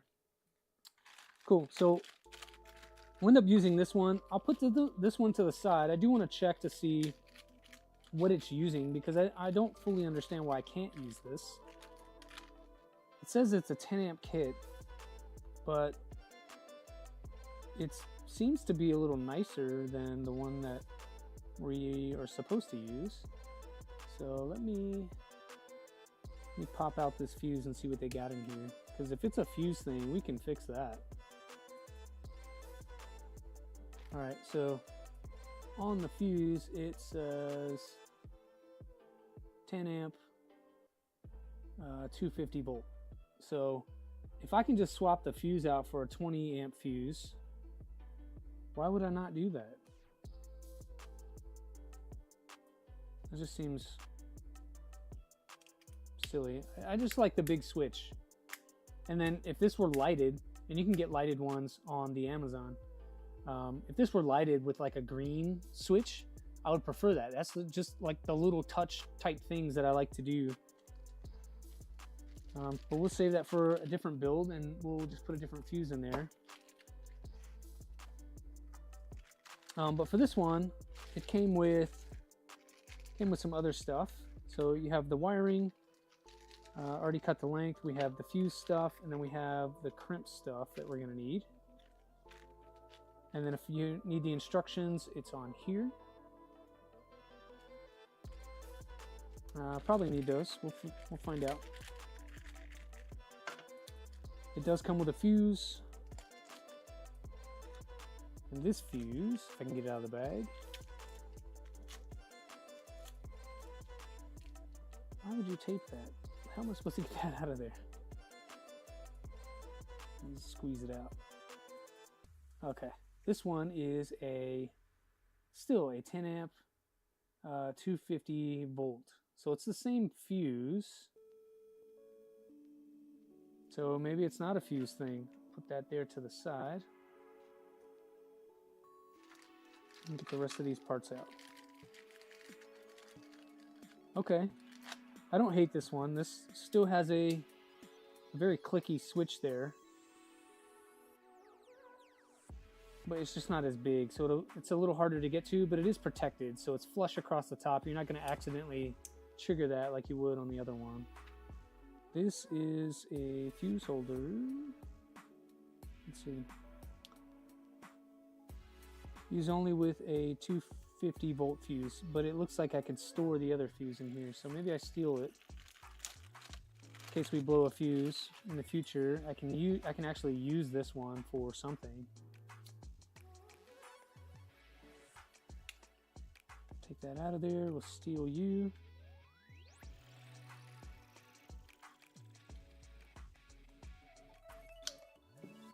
And cool. And then I'll forget that I took that out of there, and later I'll use this for something, and it won't power on, and it'll take me days to figure it out. That's what's gonna happen. So bookmark this, clip it, add it to the things. That's definitely gonna happen in the future. And those are for sure the same. So we'll just store it in there. That's what that's for anyway. And then this goes like this.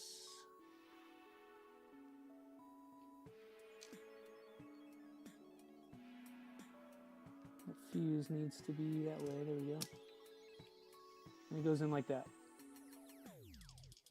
It makes a little noise because the extra fuse is in there. But yeah, that's that. We're gonna need to crimp some things, so we'll do that. Let me make some space here. We'll get the crimpers out. We'll crimp some parts. I'm definitely gonna need those instructions. I'm just gonna pull them up on the phone because computers don't do QR codes very well. There's our parts. Get the phone out. Do the instructions here.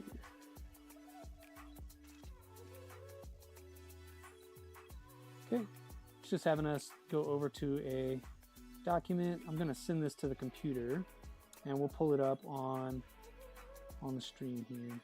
Let's see, this one. There we go. So we'll take you over to that. These are the instructions here that I just got. You would do that. Also remember that fuse is in there when later when that machine is whipping around and rattles at me. Yeah, I'll be honest with you. I'm already half deaf. Dan, I probably wouldn't hear it rattling. This machine, I have a feeling, is going to make so much noise anyway that I won't even notice. But anyway, so these are the instructions for the patch kit. Yes, I understand the risks. We're building printers. All sizes, 220 volt and a 300 110. So this is applying to us. If you had a different machine, you got a larger machine, you probably have a higher wattage heater on the bed and things like that. And so they use a different process and a different voltage input for it. So you would select the other option over there. Warning, be sure that you're doing stuff like you should be doing stuff. Okay. I've got all these tools. Oh, that's cool. It gives you a little how-to with pictures and whatnot. That's cool. Use the 1.6. Okay. And then for the insulation side, the 1.9. This makes sense to me. I have all my parts. I put the fuse in there, and then we inserted that into the stuff. And now we're going to prepare the wire. So on one end of the wiring, we'll do the brown one first because that's what they instruct, but we're probably going to do all of these the same. It has us take one end off. I like to twist these, that way they don't start to fray. So do it like so, and then we'll get the tools out. Got the tools here. So we're going to use the 1.6 and the 1.9. These are the ones that I like to use. These are my PA09 engineers. I think they go by a different name now. I bought these 3, 4, 5 years ago, but they work well. You can see if it comes up clear on camera, there's a lot of wear marks around the 1.6 and 1.9 because I do a lot of that. So these are really good. It's what I prefer. I do have this other one. I do have this other one here. IWIS, that's the name, IWIS. This one's angled, so if you like to have that angle down grip on it, you get a few more ranges as well. So it goes from 0.7 to 2.2 instead of 1 to 1.9. So you get a little more range for larger and smaller wires using something like this, but it's a little bit angled. So yeah, that's that.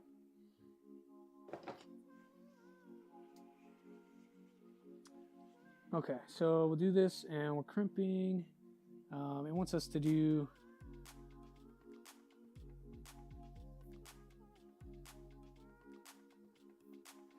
these spade connectors. And so we'll do the 1.6 first. That's how I do mine as well. I like to crimp the wire before I crimp the insulation. So we'll do it that way. And then wire goes in. I want to push it in far enough that the insulation will get caught by that second crimp, and I just give it, some force. You don't want to cut through the wire or anything like that, but I'll do it that way. And then I do have the insulation here, and so when I crimp this next part, that insulation should grip around the clamp should grip around the insulation, if I could speak today.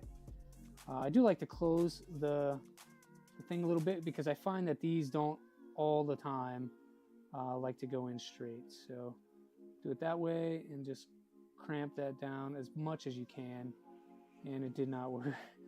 Did not work as much as I would like. So we'll go with this one more time, like so. Just give it some gusto, and then we have a crimp there. So the insulation one just kind of grips on there, so this doesn't pull off. and then the other one just sort of grabs the ends of the wires like that. And then I do want to push down some of these stray connections. And then one thing that is commonly forgotten, I do it myself too, is to add these little covers. I often forget these, but if you were to add that to your socket, and this is bare, that's still carrying bare wire. So you want to try to cover that as much as possible. If you don't have something like this, you could definitely use some heat shrink. So this is just a bag of heat shrink tubes. You could use this and cover them up that way as well. And you could even make them different colors if you wanted to. But we have these. We're not trying to do anything extra from the kit. So just thread that through like that, all the way down onto the connection like so. And now it's protected. We can touch that even if it's powered. Still don't recommend it, but if you happen to, you're not going to get a shock. And then on the other side, we put this fork terminal, and for that you need different crimpers. Let's see, you need this guy. Sorry, not that guy. I use this guy. So I've got one of these. I got this one in Japan when I was out there. Same with these, and same with this actually, which we don't need. But these crimp red terminals, which are what we have, and things are standardized. So red is always going to be the same size, no matter the size of the fork or if it's a ring or something else. And then blue is a little larger at 2 millimeter, and then you have a 6 millimeter for the yellow. And those are standardized colors as far as I can tell. So like that. And then the way that I do it is there's definitely a wide side and a narrow side. The narrow side is for the fork. So I tend to put the fork in there like so and just ratchet that down enough till it just kind of holds. And then I take my wire, and I should have twisted that, I kind of forgot. And then put my wire through.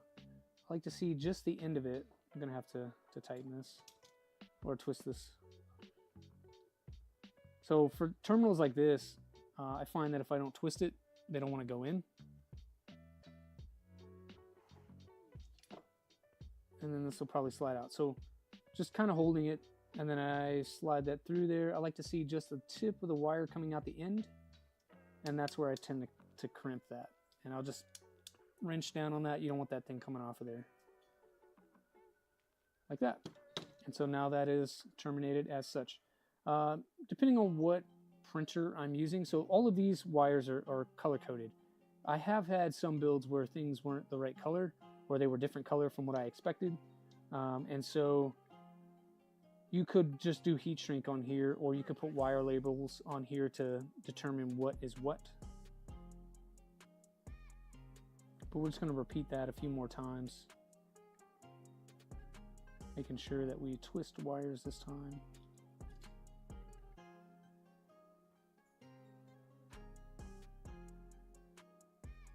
And yeah, so just like that. So this guy, we do the 1.6 and the 1.9. There's the 6. Probably did that a touch short, so we'll push it back in a little bit, and then we'll crimp down on here. Yeah, so it's a little wide for my crimpers, so I just use the end of the crimper to pull that in a little bit. And then clamp down on that pretty good. There we go. Just kind of wiggle that out of there so you don't pull the wire out. And a little tug, make sure it's good. Insulation goes on. And we start on the other side. So it's just rinse and repeat. This is all it is to wiring. You could totally go on and solder all of these if you wanted to, just to make sure that they don't come apart. I've never done that, and I've never had it come apart on me, but it could theoretically.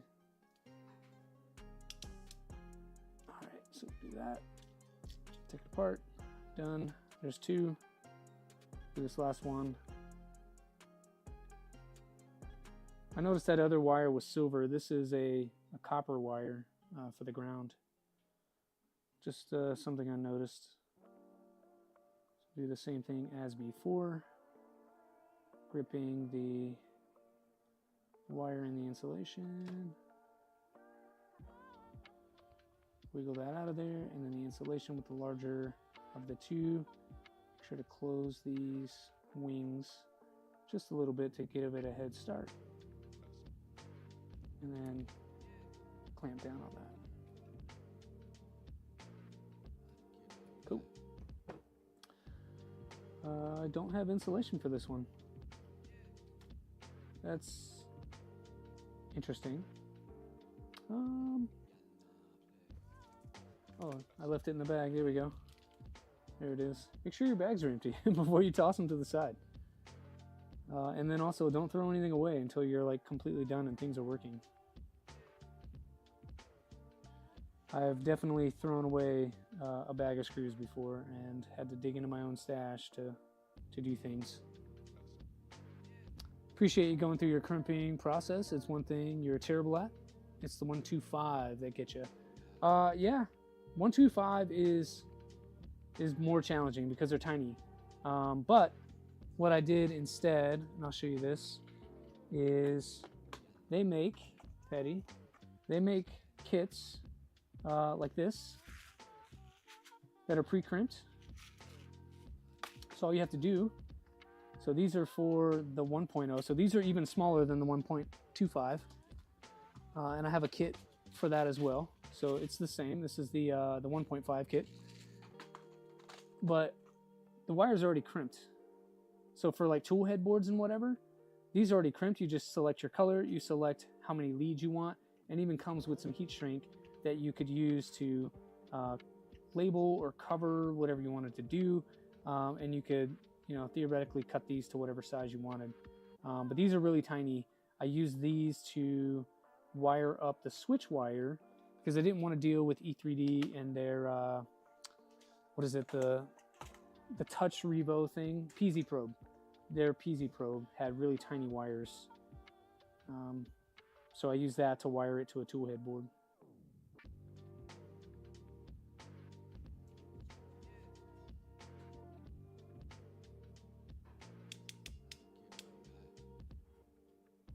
Just cramp down on that. I think it was Remurf last year that they went missing, the engineer crimpers.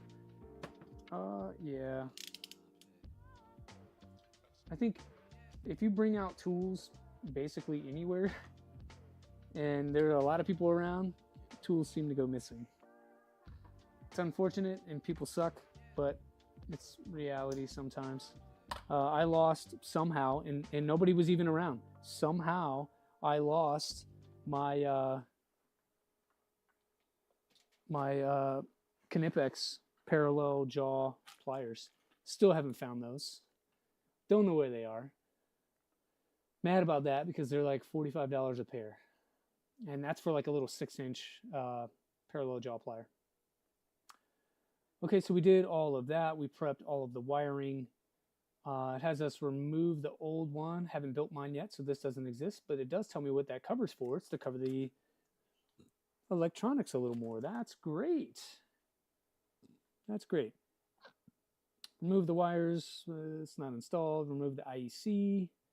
Prepare the new one. So we put that in there, and then we put the separate one in, turn it over, jam it in there. Good. And then put this in the case. Doesn't need any hardware, just kind of snaps in, and then it has you put the wires on. I think I put the wires on before I put it in the case because fingers are big and it gets tight in there. Wiring time. Yeah, Zimzy. We're building the electronics case today. Zims. Sorry, I keep saying Zimzy. Zims. Your wife borrows your tools and puts them back where she thinks they should go. Yeah, mine does the same. But if you go into her kitchen and like move things around, that's how you get her back.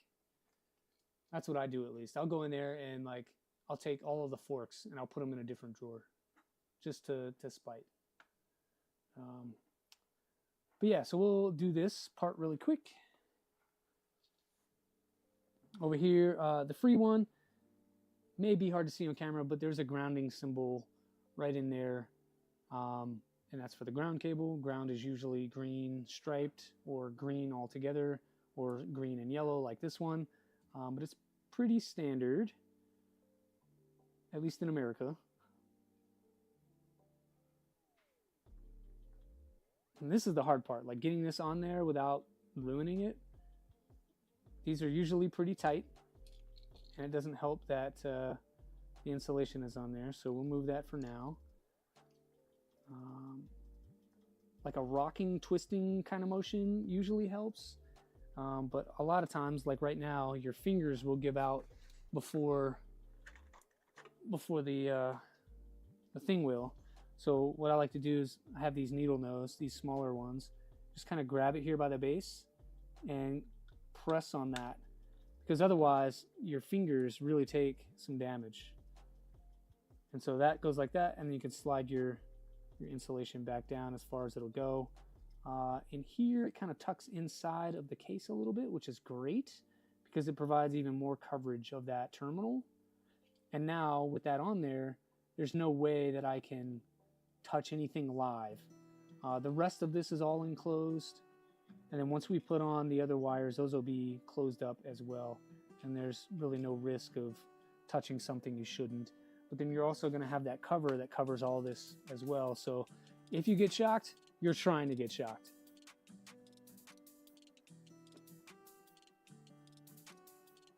Next one, blue wire goes to this inside terminal here. Same process as before. Kind of get that started on there, and then I'm going to grab it with these pliers and press it the rest of the way on.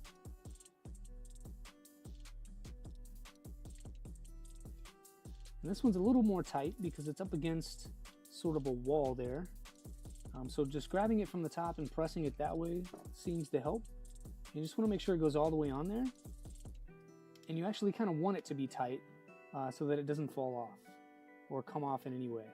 If that ever comes off of there, number one, your printer's going to shut down. And then number two, you may, depending on which end comes off, it may break some things. So that one's on there, and then we put the brown on this side over here. The blue one is usually the neutral wire, and it is labeled on the case of this particular outlet. And then the live is the brown wire, and that one's labeled on here as well. So like so, we get it started till it stays, and just kind of press that on there like a rocking motion, firm pressure. Don't be too much of a brute. You don't want to break it or bend it or anything like that, but you do want it to go on there all the way. So just press like that, and that looks to be on there. So there is the wiring for that thing, and then we just jam this in the case and it should be fine. So we'll bring the case back. So it goes into this port here. So we'll put the wiring through. There are holes here in case you use a different socket and you want to put some screws through and then a nylock on the backside to keep it in. You could do that. This has sort of plastic retainers that pop out to keep things in. So we'll do it that way. And then also, I'm sort of a guy that likes to have things, so off should always be like down to me. And then on should be like that, O for on and line for off. That's how my brain works. And then I like it to be that way, so down for off.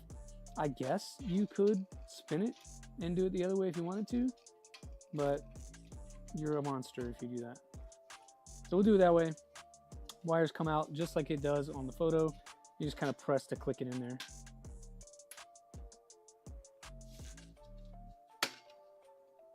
Like that. And then I give it a little press to make sure it doesn't come out, and we're good. So that right there is going to do it for the case. All right, so our picture looks like that picture. And then verify the diagram. Yeah, I'm not going to do that right now because we're still working on a different part. We're still over here. So we installed step 8. There's not an extra socket like that. This must be older instructions. Actually, let's see what they have here To insert the fuse, countersink, okay. Yeah, so those are older instructions, which we're not doing. We're not doing any of that stuff as well. Moving on to cable management parts and the board mounts. So we've already got the boards in. We do need to do the cable management parts. And I need to see how we're going to put some heat inserts in the back of all of those, I'm pretty sure. Assemble the octopus and Raspberry Pi. Yep, already did all that. And then down the center, that's where we're doing that kind of T-cross sort of thing with those parts using the same M36 screws. Personally, like to yellow it and wire everything up before even looking at any diagrams. You like your life to be hard? That's a dangerous way. You could end up blowing up your boards or shocking something. I don't know. It's an expensive way to do it.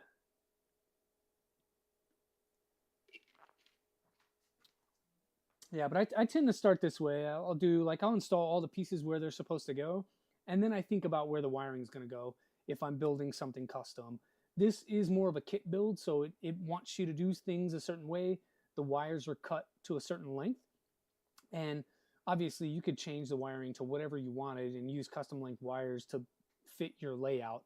But we're sticking pretty close to stock, although we're changing main board. Everything else should be the same. And then we're adding that one module that we still need to find a place for. Other than that, things are the same. So in 3x6s, we're good. We have those on the desk. And then we need the guides. But all of my guides need heat inserts. So we get to do some of that. All right, so we'll take this away again. And we'll put our guides up here. So this is where I got a little messed up. I printed some in green, and they have a black back because I ran out of black. So I just threw in some green, and it finished them up. But I kind of like that. I sort of wish that I would have made these black or put like some sort of, I don't know, design on there. Just me. And then because I printed them separately, I've got more parts here. And we should have a T part somewhere in one of these containers. Here we go. Some more of those and some more of those. And then the kit itself, like in the big bag of parts for the enclosure, it came with printed parts. These here. And these are all the clips. They kind of just clip side to side like that. I went through and made... I was a little bit worried that some of these might not be large enough to hold all the wiring, but these are injection molded. I went through and made sure to make different versions. So some are a little bit taller this way, so they can hold more wiring inside. If we need those, then I can print some of those, but we'll try with this first. But these are all injection molded clips, which is kind of cool. I feel like maybe these could have been, but who knows. You also make sure the power is plugged in and turned on while you wire things up. Hey, that'll shine your hair. That'll shine your hair. All right, so it says that we need just the one shorty and 3 tall guys, but I don't know if I got 3 tall guys. I think I have to print another one. Oh, here it is. It was hiding. There's the other tall guy. So yeah, that's what we got. And then this one. We're gonna put heat inserts into all of these.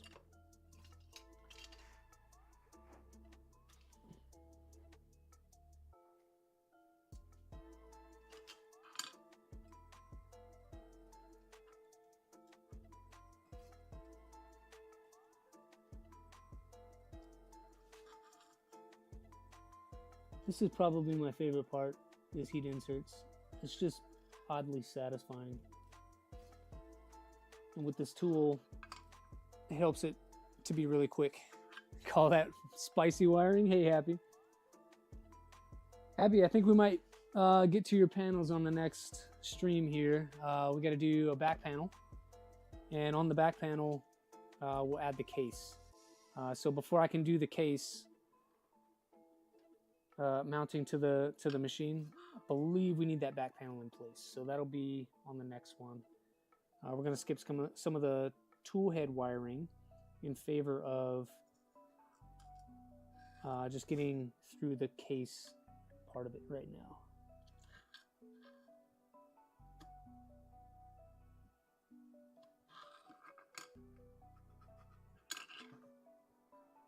So Happy's been pretty cool. We were talking about design stuff on the back side. So out of stream, we were communicating and talking about some really cool design work. So if and when that becomes a reality, I'll share it with you guys on stream. I would love to take that and like incorporate it into a build somehow.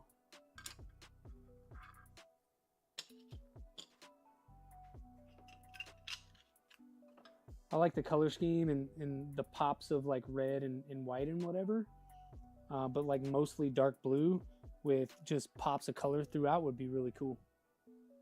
Just need the right build.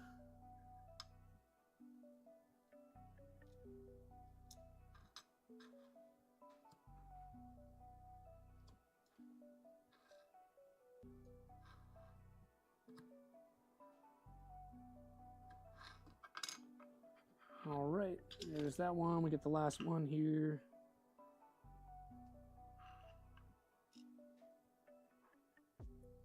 Definitely have to reference the diagram to figure out what parts go where. There are still a lot of available holes in that case panel. Now I don't want to screw it up. I hate doing work twice. You got one of those fracks coming from KB3D. Didn't get on the heat insert press way, but I couldn't pass this one. Oh, is that the like articulated arm version of it? I really like that thing. I obviously don't have the space or the room for that.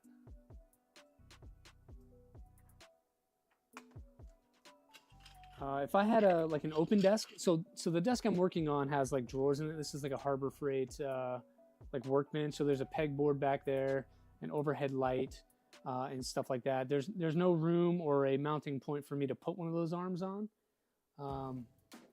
But I think they're really cool. If I had the space, I would do it. All right, so we got those. Let's put some of these tools away. I don't need all of these out anymore. And I'm trying to stay organized so I can find stuff. Otherwise, it's going to end up all over everything, and I will never find stuff anymore. Spend more time looking for things than actually building things. All right, that's that. We need the case back. So we'll bring this up here and looking at the instructions.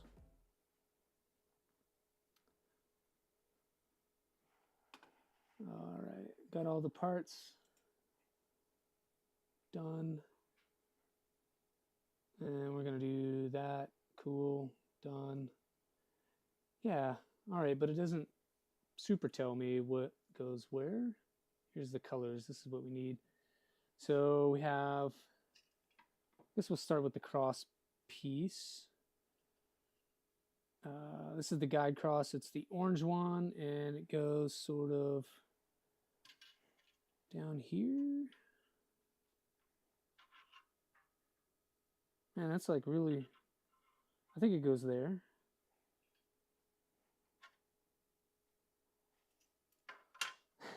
That's the hard part, is like the picture's not super clear. Let's make it a little bigger. Okay, that makes more sense. I think we're gonna stick with that image. And then I can zoom in right there and still not see what I need because it moved the picture.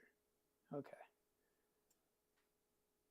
So there's like a long side and a short side to this thing, and I just want to make sure it's right because I also don't see the holes that I need. So I think I got it now. So I'm going to use this hole here and this hole here for this part. And so that should mount about right there. Snuck home to eat some lunch and let the dog out. Yeah, I'm on leave this week, so not on break. I am off work altogether, letting someone else handle the madness. In the meantime, we are working on this printer. I decided just to stream it today. Figured the electronics portion will be interesting. So decided to stream that, working on the bike, trying to get that back up and running so I can start riding to work next week. So a couple of around the house projects. Still cleaning up the garage, trying to make space in here.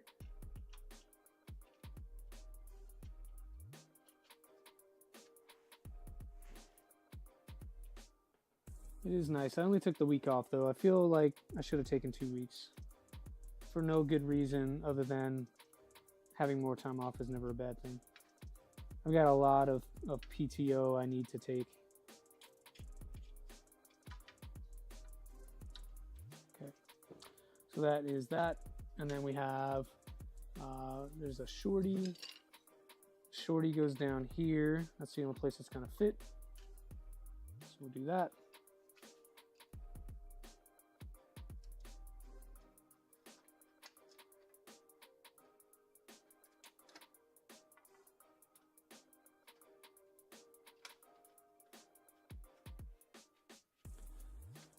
You're burning through your days and not for you, but glad to have them. Yeah, for us, Dan, I don't know if your days expire, but for us, our days expire. So if I don't use them before October 1st, I lose them. And I don't want to do that. I have 29 days that I need to take, but I'm taking this week, so this will be 5 days. And then I'm taking, what is it, 20 days, I think? 18 days, something like that, in September, sorry, not September, May, for Rocky Mountain. Oh, I'm only doing 2, so I don't need that guy. This goes here. And this guy can go over here. It kind of bothers me that they are different colors, but I kind of don't care.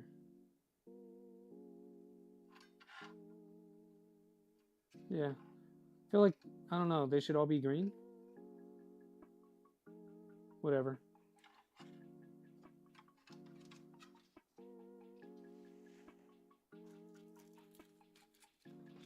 You're gonna use it or lose it here? Yeah.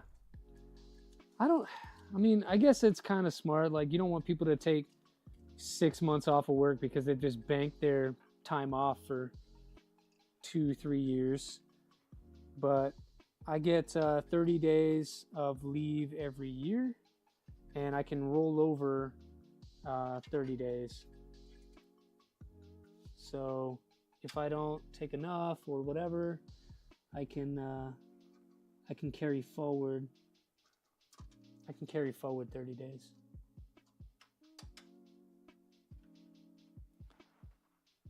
Thinking about Rocky Zims, you should go for real. Listen to Happy.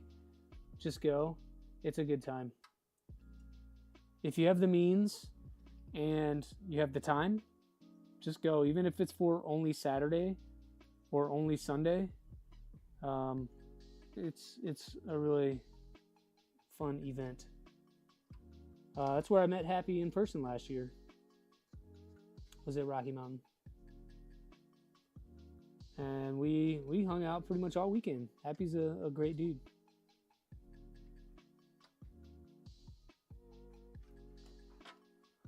All right, next one I'm gonna put up top here, and then we'll put another one there.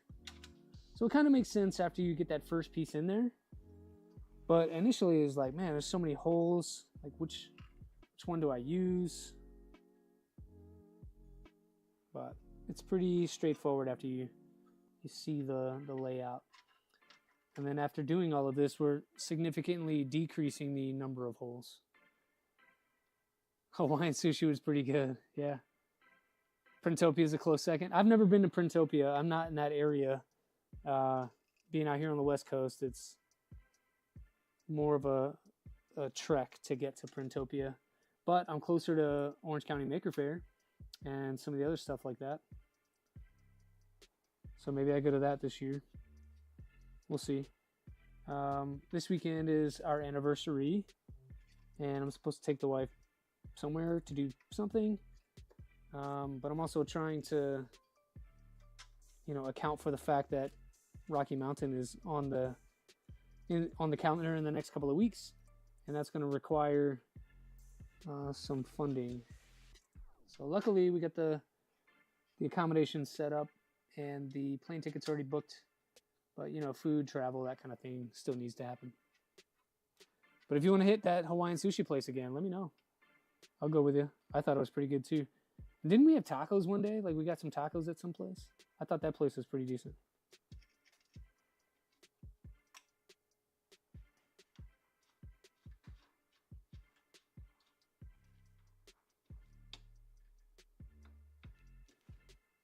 All right, so putting in the last piece here. All right, that is that. Just gonna dump the rest of those out because I'm probably gonna need them. Get out of there. Okay. All right, this is what it looks like. You get what they're calling the cross piece here in the center. You got a shorty on that side, long boy, long boy, long boy, and the holes kind of line up with all the things. Right here, this should be SSR. Right here should be power supply. So you'll see it's pretty compact, but you do still have room in here to do things and stuff. So your wiring will kind of run through these channels. It will be visible if you're going to use this system. If you don't want it to be visible, get yourself some black cable raceway with the covers on there, and you can cover all that wiring up. Hey, Low Sync. Appreciate you joining. Always count on you. Yeah, around the corner from the show, the taco spot. It had like a huge menu, and we had to choose from a list of things and stuff. I don't know. I vaguely remember it. I just remember it being good.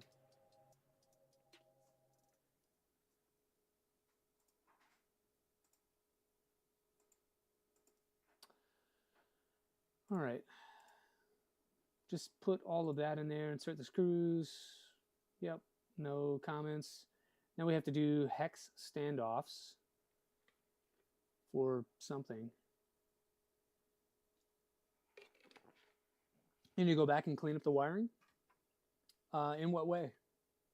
Did you just drop it in there and not really use the cable channels or anything?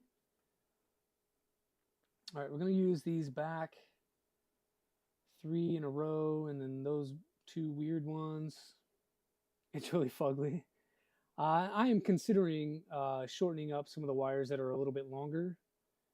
I'm not one that normally goes through and changes my electronics all the time. Once I do a build, it kind of stays that way. I may modify hot ends and stuff, but I usually don't swap motors and control boards and that kind of stuff unless I'm doing a full rebuild. And so if I can just build it and leave it the way it is, it's probably going to stay that way. And so I think I might do that on this, would shorten the motor wires, which requires a lot of crimping, a lot of, putting connections on that don't exist and things like that, but it would make it a lot cleaner. But Zims, if you're looking for a tip, what I would do is get some of those cable channels with the full cover, and then it doesn't matter how long the wiring is. You can insert it from anywhere, put the cover on it, double it up. It can look ugly as anything, but those really clean it up and hide a lot of that. So just remove your cable channels you have, and these can just be stuck on with like 3M tape or whatever, and just make yourself a cable channel that way. Yeah, I'm with Happy. If I'm doing all that stuff, it's rebuild time. All right, so some countersink screws, which we have, and then we need some hex standoffs. So let's find those in the kit here. Some more wiring. I'll put that to the side as well. I'm not seeing hex standoffs. Not seeing hex standoffs.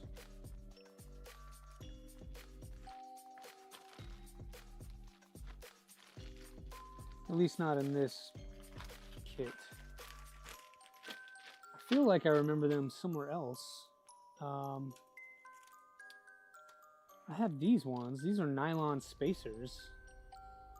That's not the same thing though. I don't even know what these are for. I want to say...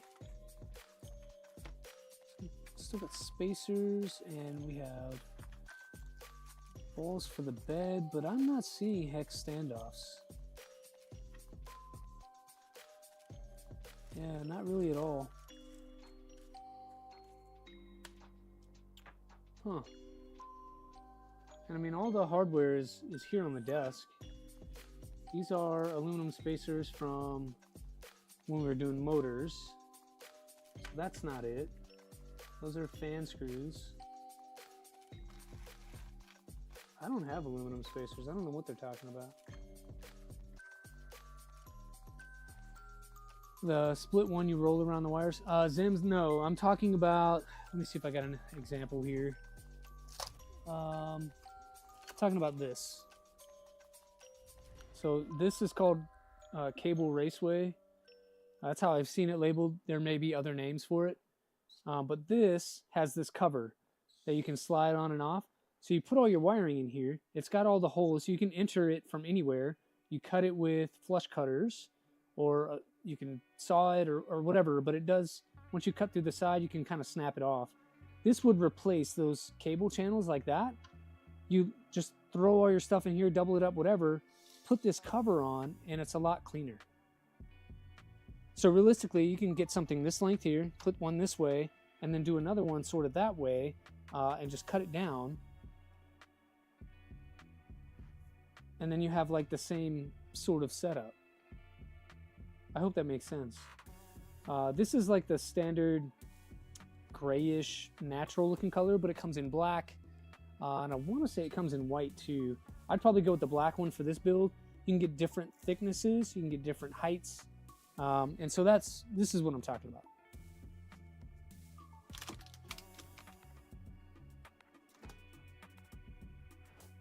And I had considered it for this one too, but again, I just want to build it the way that it's meant to be built, and we'll go from there.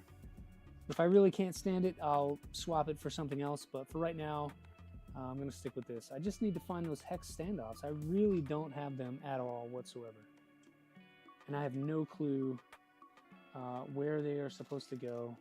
I mean, we can go through the rest of these bags. This is the last bag. And this is literally all wiring and crimps. There are no standoffs in here.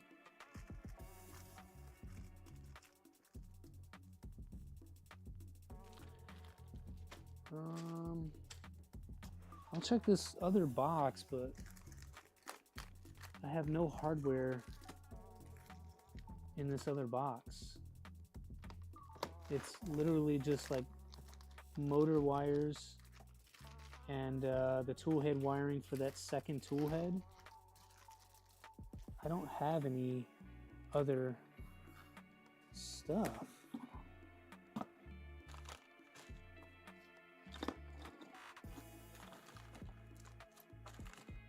Yeah, all the extra hardware I have is for like the bed arms that we did not use and the enclosure door. I don't have any hex standoffs as part of this kit.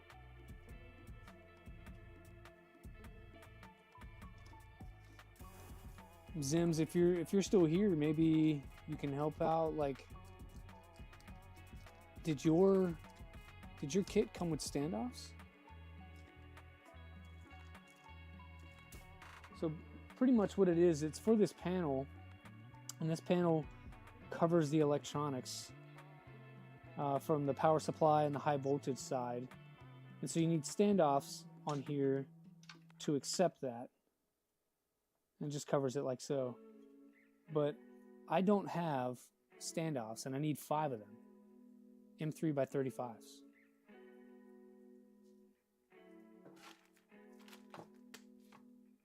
And I know I didn't lose them because I've been very, while this looks like a mess, and it is, I've been very organized about keeping the hardware in the box it belongs in, or right here on this blue mat. So I don't believe that I misplaced them.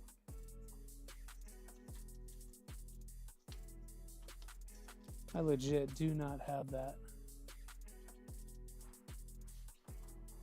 But I do have my own set. They're not 35s, but it's a mix match set of standoffs that I think we can create 35s from.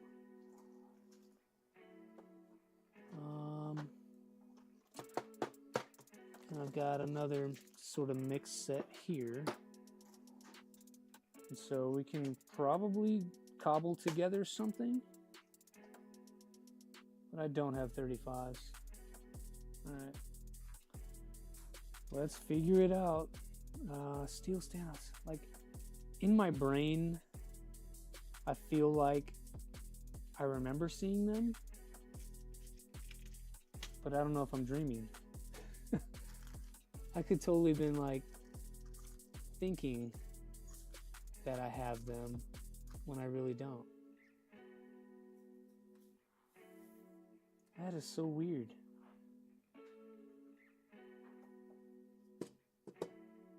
So I'm just going through like some of the boxes for the hardware. So this is the EBB 36 box. I left all the connections in here, and so maybe I tucked away some of the other stuff, but I really don't see that.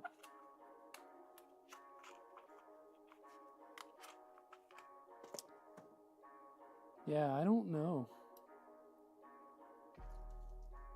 Like, truly do not have standoffs.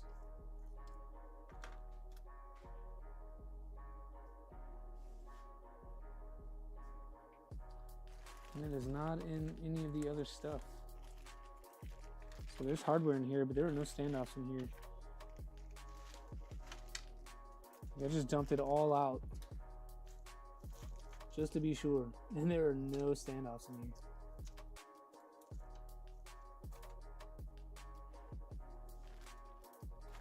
here. What to do?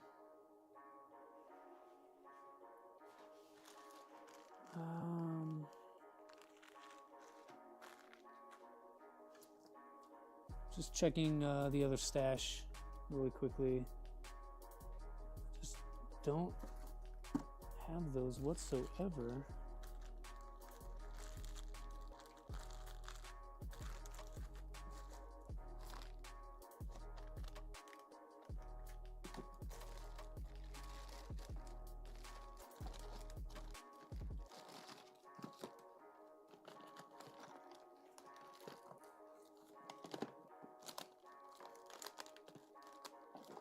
Yeah, I don't know, guys. Losing hardware blows. I don't want to say they didn't include it, but I will say that I don't know where it is. And up to now, I've known where all the stuff is. So, yeah. Like, part of me feels like I saw it. Really don't know why I believe that, but I can't find it. It's literally not here. I've checked everything. So we're gonna press on. We're gonna use this kit of stuff to make 35s. And I'm sort of a fan of using the standoffs with the threaded ends, so that when I put this panel on there, I could just lay it on and it's gonna locate, and then I can put a nut on the top of that to hold it on. I think that's what I'm going to do. I just want to make sure that I have the right size here. So let's undo this guy.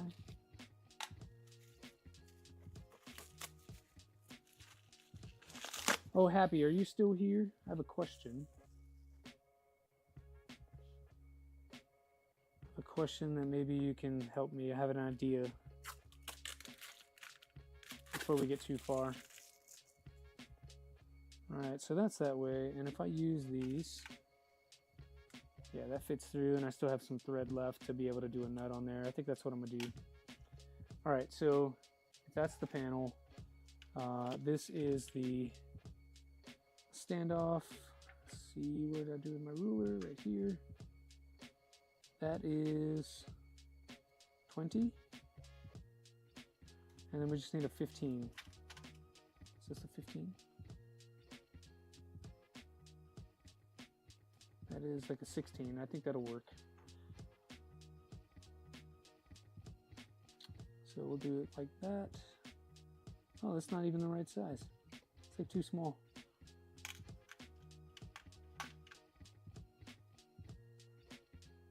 What else do we have? Are these the right size? Yeah, so those are 15s. And this is a 20. If those go together, that does make a 35.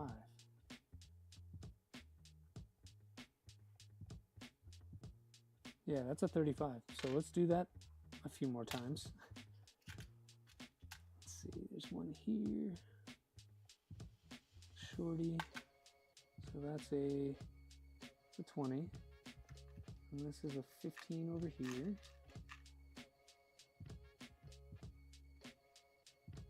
So there's another 35. And we'll keep doing that until we get 5 of these. Hopefully there's enough parts in here to make that a reality. Who knows? There's another one. There's 3.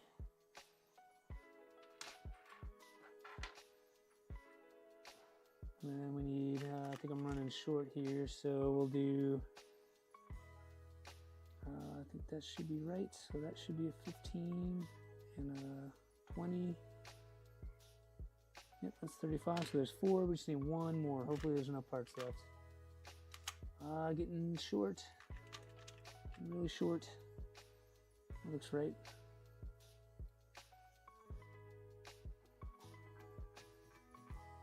Yep, cool. Ooh, by luck, we had enough parts between 2 kits to be able to do that. But something to note, if I find those pieces, I'll let you guys know, but back to Honda, have a good one. Yeah, Happy, I'll hit you on Discord. I have an idea for another project. I just need to run you through it. Thanks for checking in on your lunch break, dude. All right, so we solved that one, luckily. I would hate for someone that did not have a spare parts kit like that to be able to source to run into this, but cool. We'll do it that way, and they all go in through the back here. So it's like, so from what I understand, this one, and that guy maybe? Yeah, 3 across here, this one and this one. And just to make sure, you can line that up, line that panel up on there. You can see it's those top 3 holes, and then if I push it to the side, it's those 3 holes there. And that's how we're going to put it on. This thing does not want to balance upright, it just wants to fall over. So we'll start there. Put these standoffs on. Or cobbled together standoffs. And I know that's hard to see, but I will get to you guys as soon as possible. It's just not a good setup to be able to see it when you're working from the bottom of the panel that won't balance.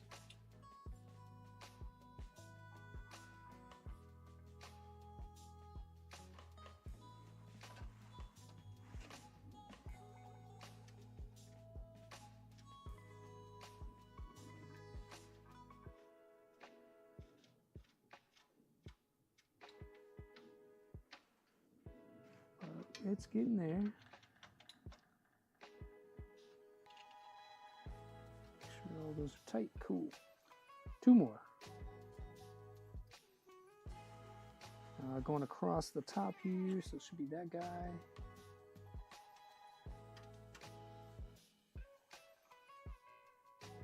And then last one, right here in the side, right up against the edge of the case.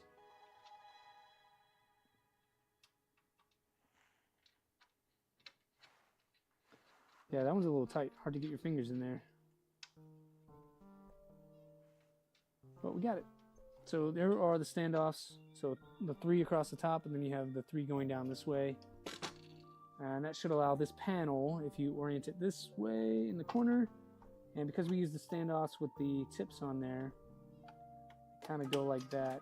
And they don't want to really line up, but once you get it on there, go like that. Did I invert this or something? Let's go that way. Yeah, I inverted it. So there definitely is a right way and a wrong way. Don't try to force it like I almost did. But that lines up a lot better. It should go on that way, like that. You can see a reflection on there. I hate that. I would rather that be frosted or something. And then we'll probably clean that, put a sticker on there. That's a good opportunity. All right, but there's the wiring. And we're gonna cover that with probably a power supply next. No, we're doing a fan, but I don't have a fan, so we're gonna skip that one. Because my cover doesn't have a hole in it like that either, and I did not get a fan, so we're not gonna do that. We've already prepared things, so I have my power supply behind me.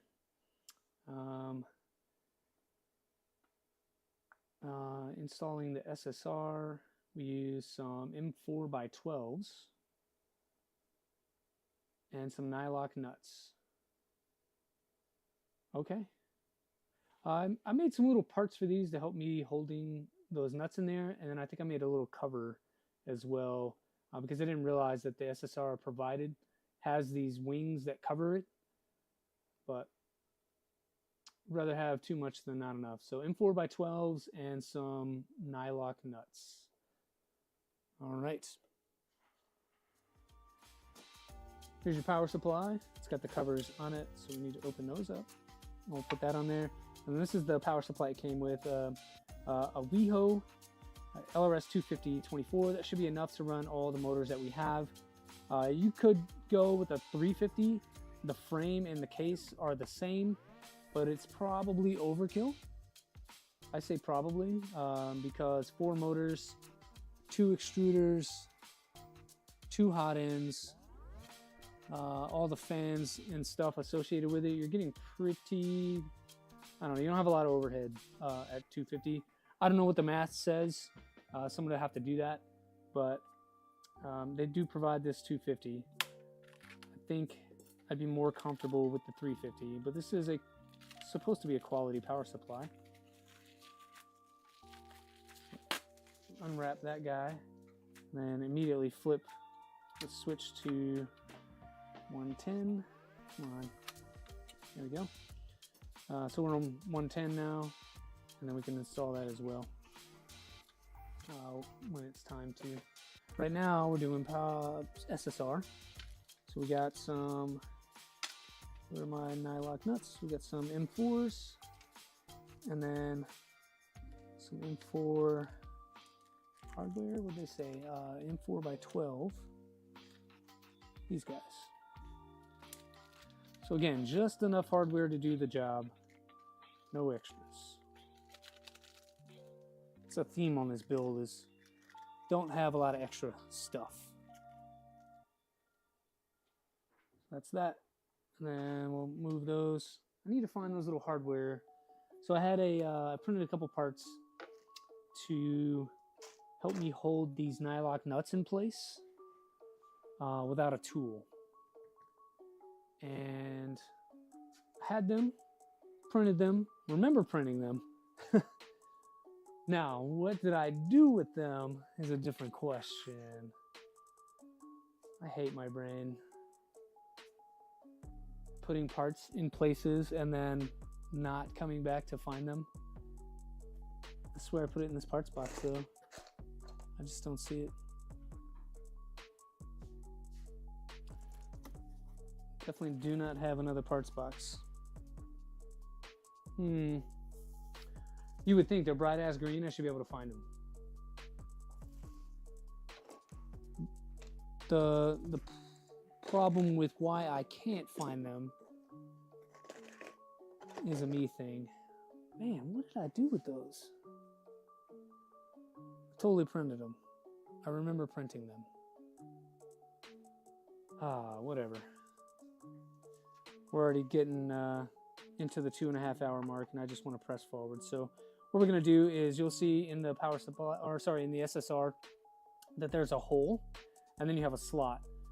So the way that I like to do it is just put my screw through the back and then place this on the hole and then tighten that one down. And then having this as a slot, if you were building a different style of printer, you could just kind of slide this in under the screw and then secure the other side, but it's sort of your choice. I think what I'm going to do to show a different way is to take one of these and put the nut on the screw already as we go through the back of the case. So there are two holes that are slightly larger than this, and if I'm looking at this correctly, come on. If I'm looking at this correctly on the instructions, the side with the slot should go towards the my brain doesn't work. Should go towards the inlet power. The photos in the manual aren't super clear on that,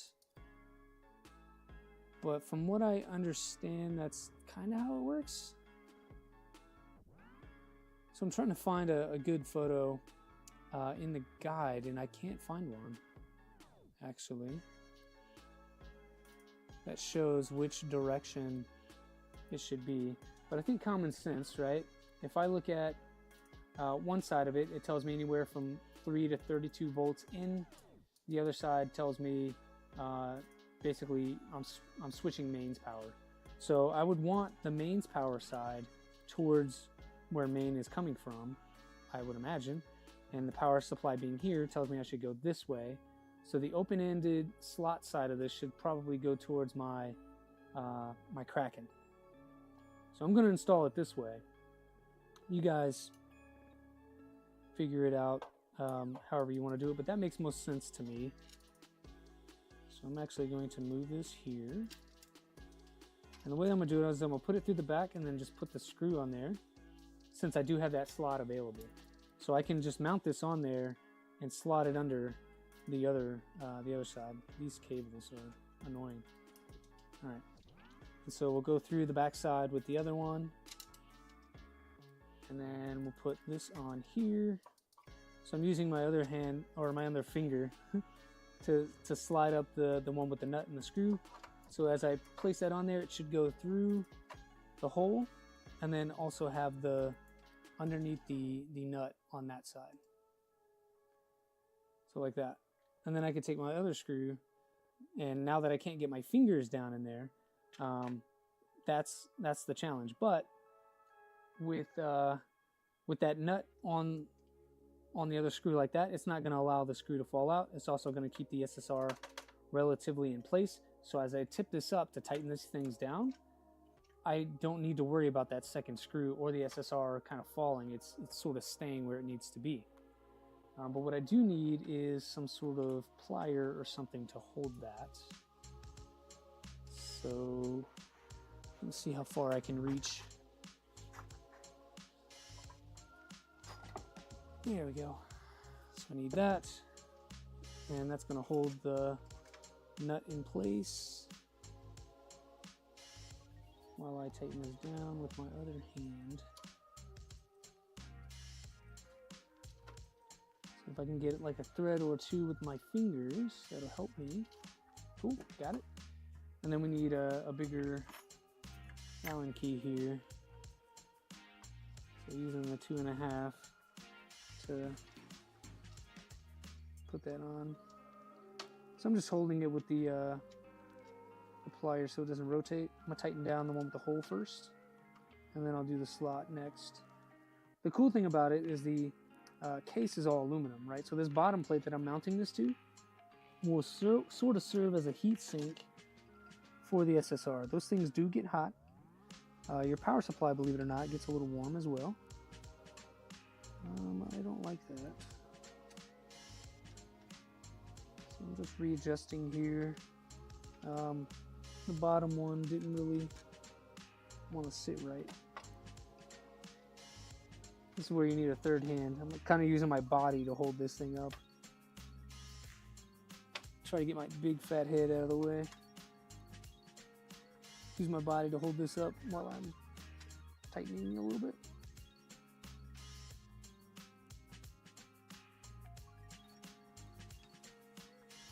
Come on here. Why you want to mess with me? Just tighten. Just get tight already. Okay, now we got a good grip on it. So I'm going to tighten this most of the way, probably like that. And now I should be able to sort of move this into the center. If I had thought ahead a little more, I might have put a washer on this just for extra insurance, but it would probably be overkill, and I don't know that a washer would fit in the slot of the SSR in the first place. Okay, so that one is tight. Let's tighten this lower one here. Okay, that one is now tight. Oh, that's probably the most fiddly part so far. All right, but we got it sort of tightened down there. Nice.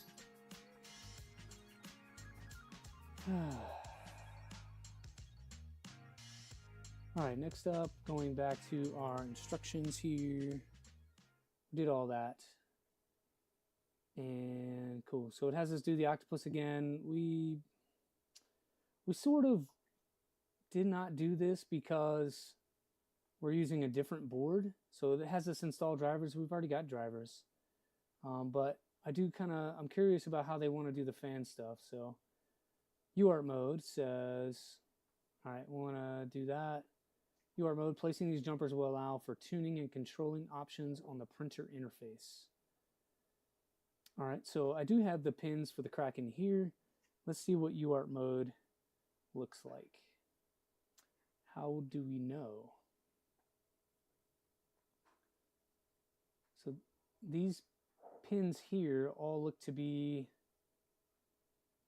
like RGB, I guess. There are 3 pins, so either in stops or, and then we have RGB on this side, so 2 ports for RGB and a servo, and then you have in stops. Okay. For CAN bus, we have 2 ports there. That's great. A bunch of dip switches with no information. We are running PT1000, so we will have to do that. So number 3 should be off. But why are there 2 of them?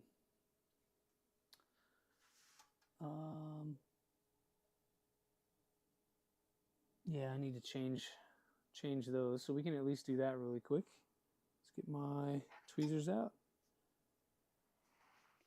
And so these 2 switches here are what's called out on the manual, and it says for PT1000, which that's what we're using on both of them, I believe. We just need to flip. It's covered with Kapton tape, right? So you don't accidentally do a thing. But number 3 needs to be off.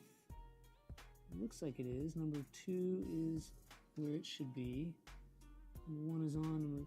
Okay, so on this other one, number 3 is off, or number 4 is off, but it needs to be on like that. Oh, pulled that off of there. So I'm just trying to make sure these are all where they should be. And these are ceramic tipped tweezers so that I don't short anything. Nothing is powered right now, so it doesn't really matter at this point, but it might matter later if you need to do some unplugging or something. You don't want to touch something conductive on the board with a metal tipped thing. So these are plastic tipped to not do that. Still looking for how to put it in different modes. I don't know that I can. I think what you get,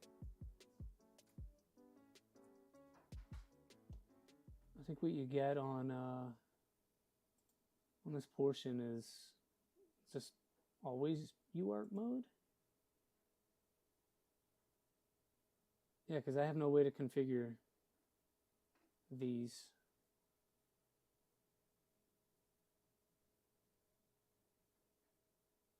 Okay. So they're just always going to be in UART mode, I suppose. All right, whatever. Moving on. Let's see. Okay, USB-C power option with this jumper can be powered with C. All right. That's the blue one. And then the other one, each fan output can be set to one of 3 voltages depending on the jumper position. Third image exemplifies where the pins must be placed to achieve different voltages. Cool. If using different fans, ensure the voltages are set correctly to avoid damage. Yeah, I know. Bottom row shows place from 1, but second is shown on the board. What? Some of these comments, guys, I'll tell you, don't follow these. They'll confuse you. They often contradict one another. Updates are made to the manual, and then the comments remain, and so it can be confusing. Yeah, I'm not using this board anyway, so I'm not doing any of that. Yeah, already done this. We've done the Pi portion. Now we got to do power supply. All right, 4x6 countersink screws. So I got those here. And they do need to be 6s so that you don't short anything on the inside of the board. Because these should hold onto the case and not protrude too much into the case of the power supply. So they'll go in right here on these 4. And just beneath that is all of these electronics. So 6s grab, 8s are probably a little long, so maybe use a washer. You don't really want to go more than that. So this is going to go right in here. It's very tight. It's right up against those standoffs. Yeah, so right there. And that's the lip on this, whatever you want to call that, corner bracket. It's touching right there, so I hope that doesn't create too much of a challenge, but we'll see. So this is another instance of trying to hold the case and put the screw in all at the same time, at least the first one, and then once you get the one in there, you should be okay. We'll see. This goes through the back. It's an obvious place where it goes. It's less obvious if you're in the holes you need to be on.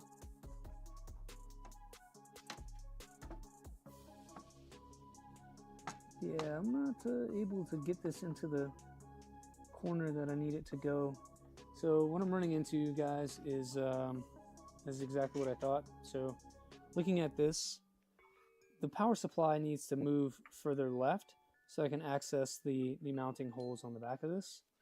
The problem is, on this bracket, it sort of like sticks out right here. And so it won't allow, with the standoffs in the place that they are, that's it. I can't slide it anymore to the left. So I need to remove this and figure out something else. Maybe I'll print something instead of using this bracket. But for right now, that is not going to work. So I'm going to take this off of here. and see if that sort of fixes the problem. I have a feeling it will. And then we'll figure out another solution for the corner.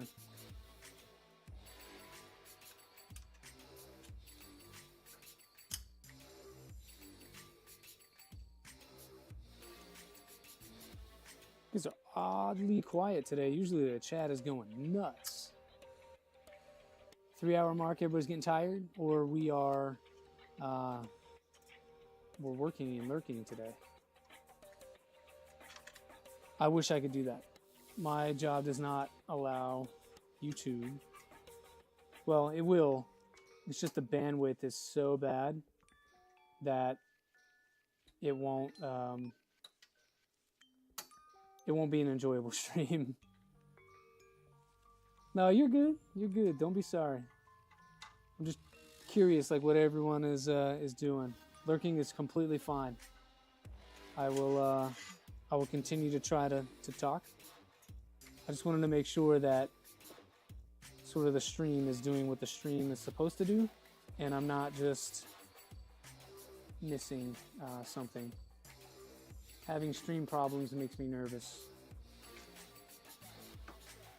So yeah, after removing that, I can slide this over more to where it needs to be.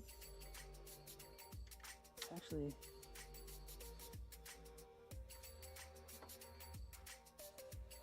Oh, I'm so dumb.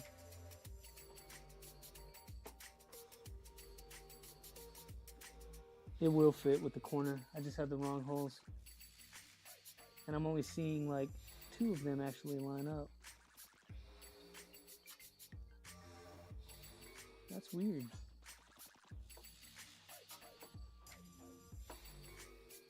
That is so strange. So I did not use the wrong holes for the cover, I don't think. So let's see. Yeah, if I put this cover on, like it lines up with all of that.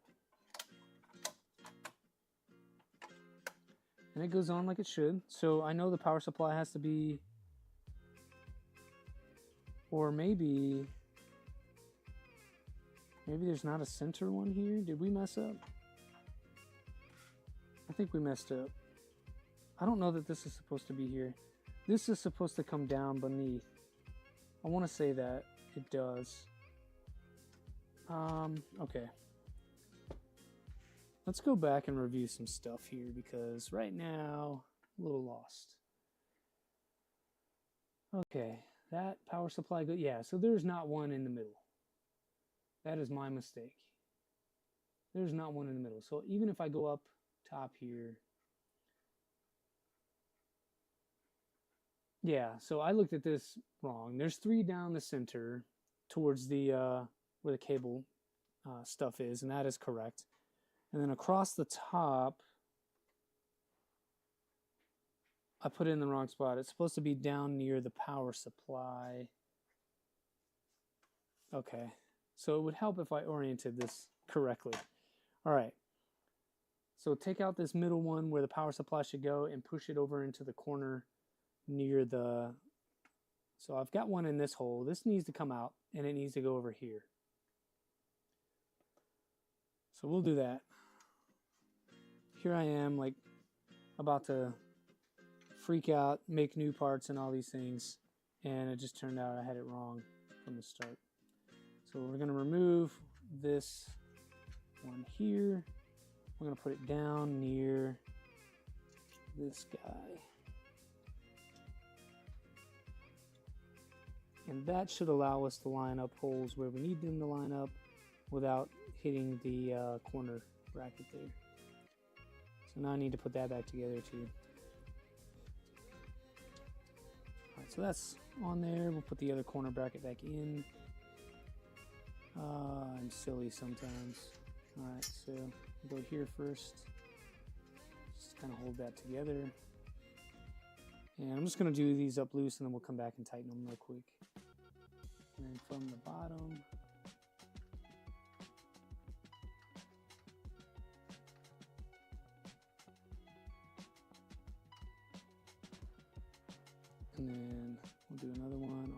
side over here.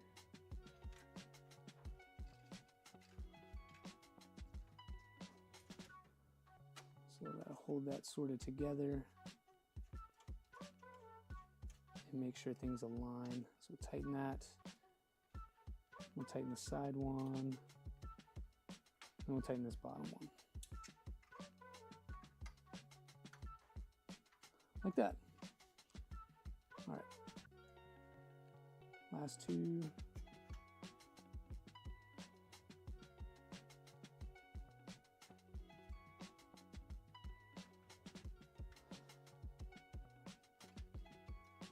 And then last one. Yeah, that was a dumb mistake, but something that actually mattered. I didn't have the case oriented to the picture, and so I thought I needed, 6 standoffs here, not understanding that I had things turned around. So now our power supply should fit in here and kind of slide down between these two, and that should allow me to cover that like it should be with the panel, right? And then also secure this from the back. So let me see what lines up now, and I bet you, yep, they line up a lot better than they did before. Nice.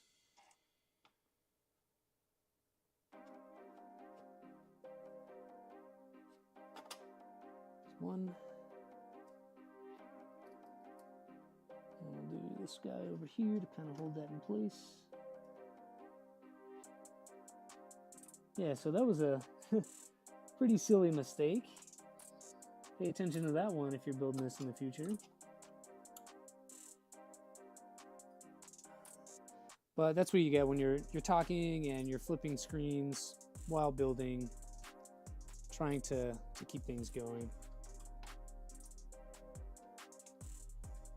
All right, back on the track. Good thing we didn't get too far though.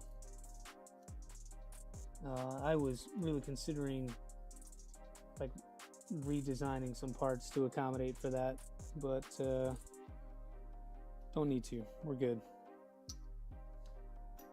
Okay, now there is pretty much a finished case. Let's see what else we got going on. All right, standoffs are correct. No fan. SSR is in. We're using a different board. Pi is in. Now we prepare the rear panel parts. This is where Happy comes in, and he went back to work, so he's gonna miss out. But anyway, power supply went in, secured, good. Rear panel, great. Jump to step 29 if you don't have one. So that's the cool thing about RatRig. If you don't want to enclose your machine, you don't have to. You can use it as a PLA or a PETG machine, and it's going to be a great machine just like that. But if you want to print ABS and ASA and some of these other more controlled environment materials, you're going to need panels. I got panels. Happy hooked me up with some panels, and that's what we're going to go with now. So I'll find all of this equipment here. We're going to, what looks like, install a bunch of grommets and T-nuts. I'm probably going to use the roll-in type. Yeah, I'm probably going to use that roll-in type because I don't want to have these shift around on me. Glad I bought those. Yeah, and then we'll do that. And then it has us do tape on the frame. I know people say don't put it on the frame, put it on the panels, because when you're moving your printer around, you scuff up the foam and all that stuff. I've never had that happen to me, and I'd rather it be on the frame than my clear panels. So just me. It's not that hard to pull it off if you need to and replace it. So cool. We'll put a panel together. I'll find all that stuff. Meanwhile, let's take a last shot at this guy. So things that I'm realizing need to line up. We've got these 3 holes here. Those seem symmetric across the pattern, but there's this other hole here.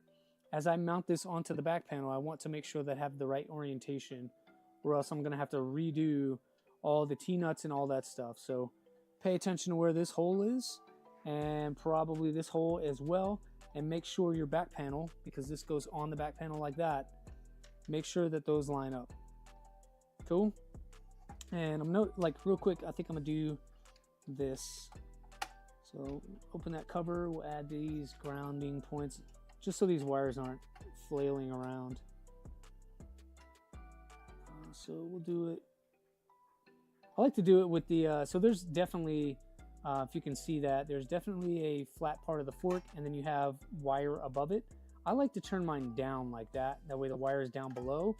And if I need to slide in another fork terminal and kind of share the same location, I can just slide one in and have a flat back to a flat back. And that helps with getting the terminals in there without, you know, severe angles or any of that kind of stuff. So these first set I put at the bottom, and I'm putting face down, so wire down. And we said this was live, and then so neutral is yellow, and then live is the brown.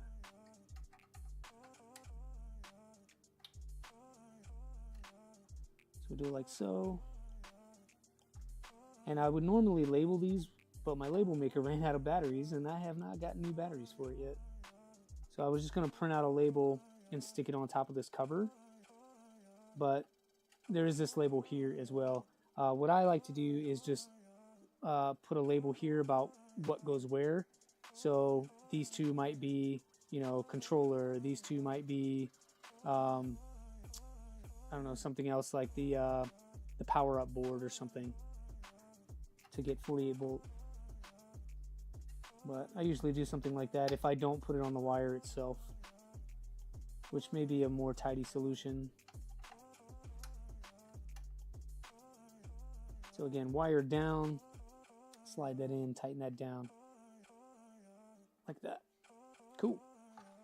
And then because I'm me, I want to put a zip tie on there to keep things neat.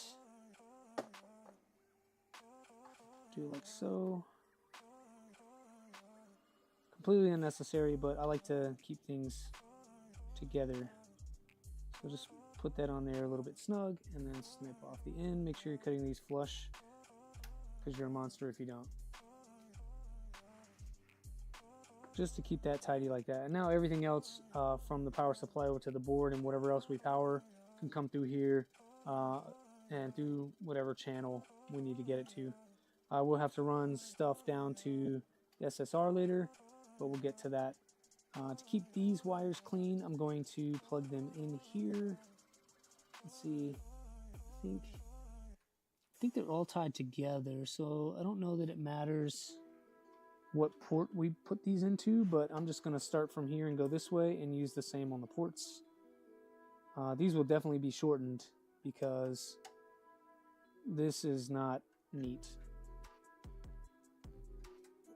So we'll do that one off stream, but I'm going to shorten that down. You could alternatively kind of tuck that beneath there, but again, it's not very clean like that. So say goodbye to this for a while. Figure out how to open up a box of panels. Let's see if we can get that going. Let's move some of the hardware here back into where it needs to be. Let's see, locking nuts, done with that bag. What is this? These are 8s. Countersink, done with that bag. That's cool, we're getting through some of the bags of hardware. Finally. Making a dent in it. 30 and 3s, nope. And 4s. These are 6s over here, so we'll add you to that pile. These are more 12s. We'll add these to this bag over here, just to consolidate hardware and not have little bags of things everywhere. Those are lock nuts. Those are separate. We'll put those over there. 8s. These are 3 lock nuts. So we'll put them over here with the rest of the lock nuts. Some 12s. So what are these? 3x8s. I don't know. Yeah, that bag right there. Again, we'll consolidate hardware. just to keep a bunch of extra bags from hanging out. That. Boom. Done. All right, we still have all the jumpers and things for the Kraken that we will get to at some point. All right, I'll just try to clean up the desk a touch here.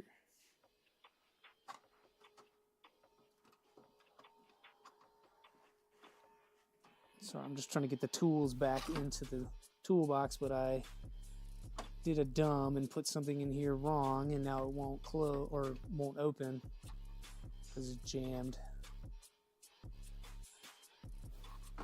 There we go, almost. All right, got it. Okay.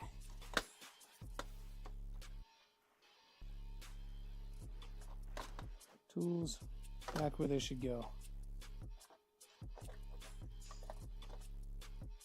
And we need foam and we need panels. All right, so I can't really show this to you because it's so large, but this is the panels. This is the panels, and I need to open it to get out one of the 7 or whatever that's in here.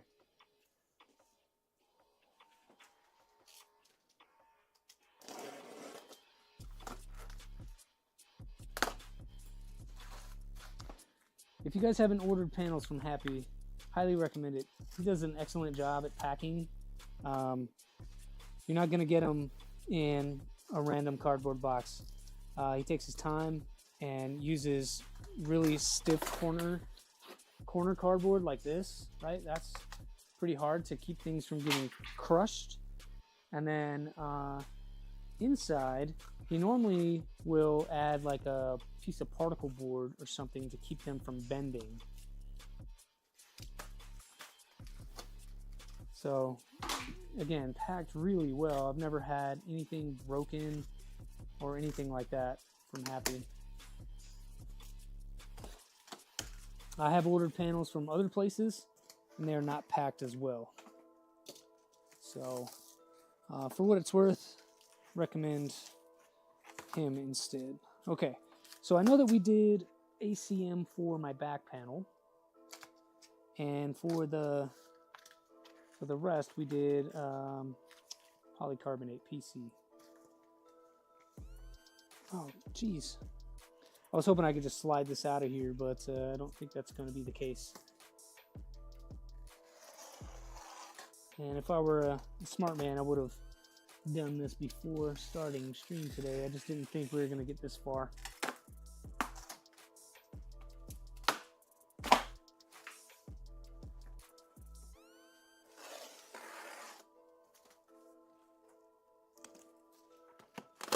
Okay, now we're free. All right.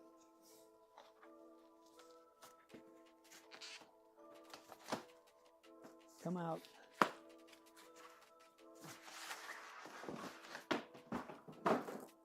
Okay, we're there. Panels are out.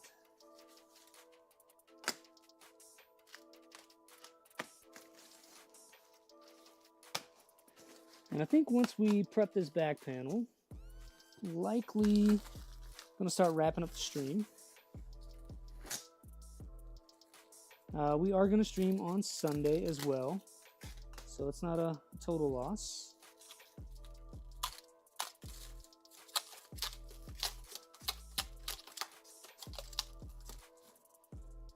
Yeah, so again, he definitely took care of us. He put that slice of particle board in here to keep things pretty rigid, and then included some foam on the opposite side. And I wish I could show you this awesome packaging, but we are where we are.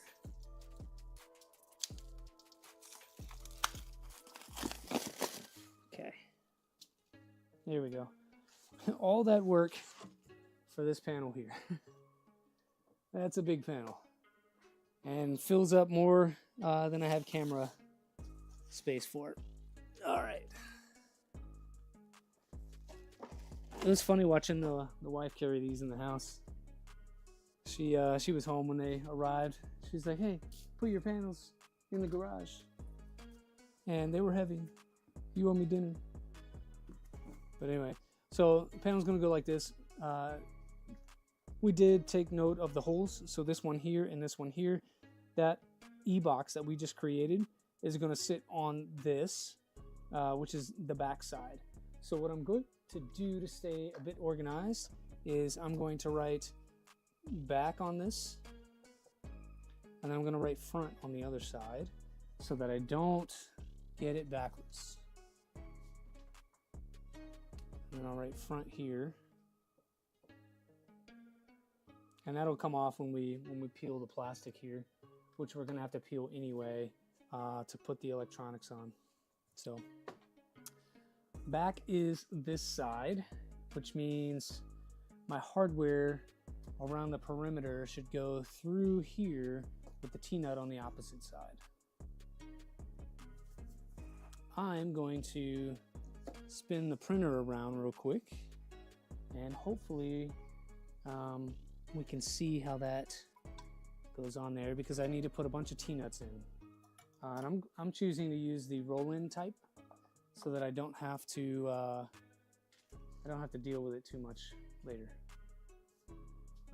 So I'll flip you over to this camera, and you can see what's going on. So I started to like play with the belts a little bit and see if I could get the hybrid belts on. I never really got finished because I realized that the parts I needed were not nice. So I reprinted these parts here with that L shape that we talked about earlier.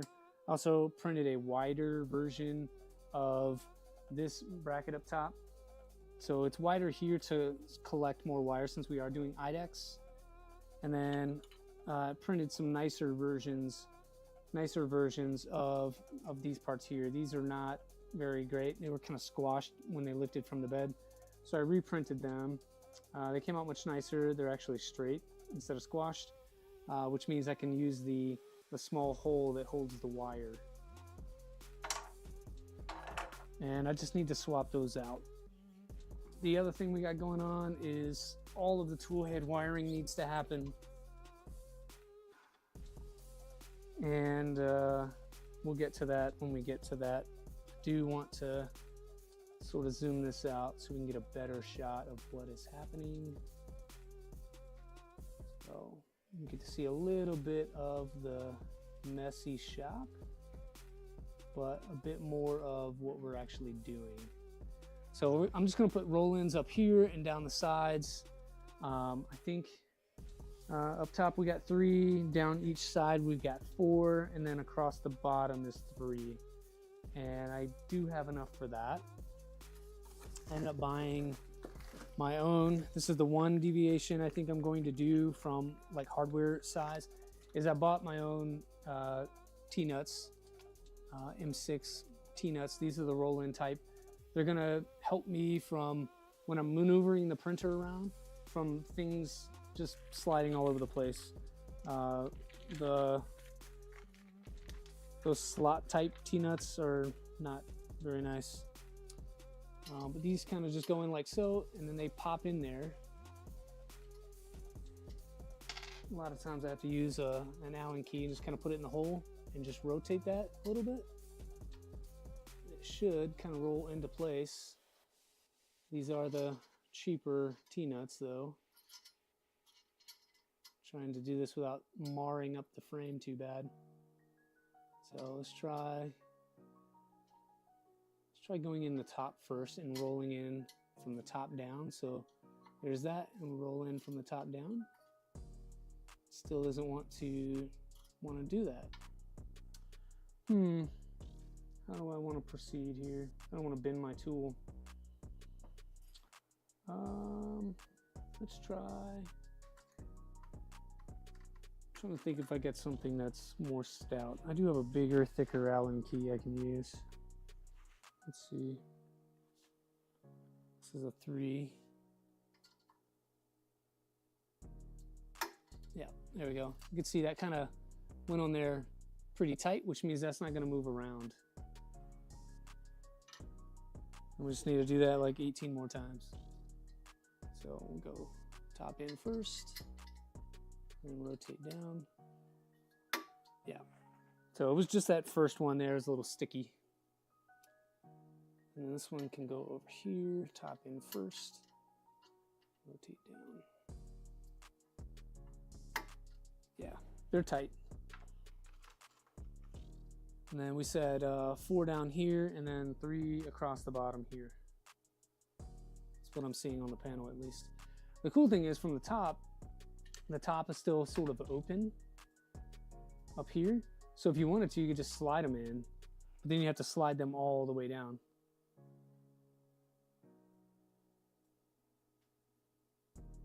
So just something to consider.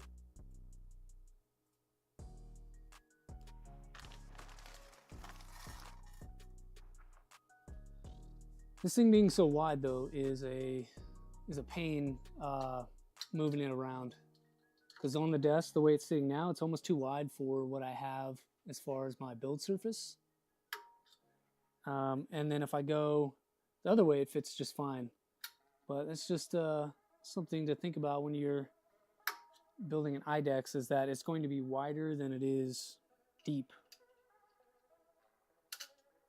So hopefully you have the correct space for that.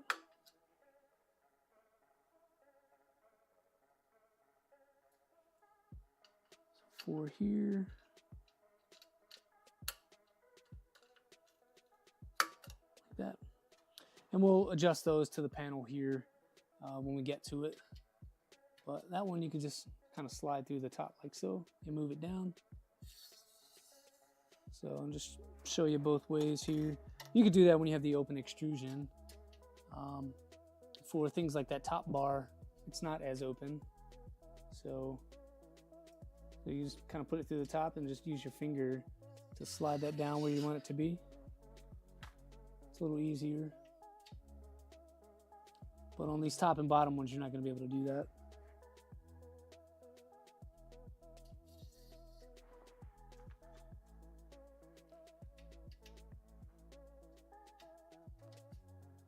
And I don't think orientation matters. You can see the hole in the heats, or in the T-nut, the hole is kind of offset from the rest.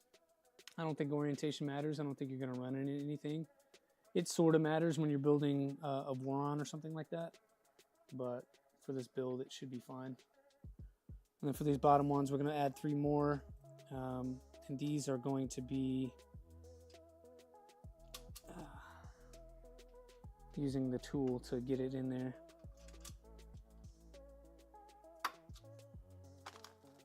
Just using my 3mm Allen key to sort of torque it in there. If you have a bigger one, I recommend a bigger one, but this is what I got. So that one went in there a lot easier than the others.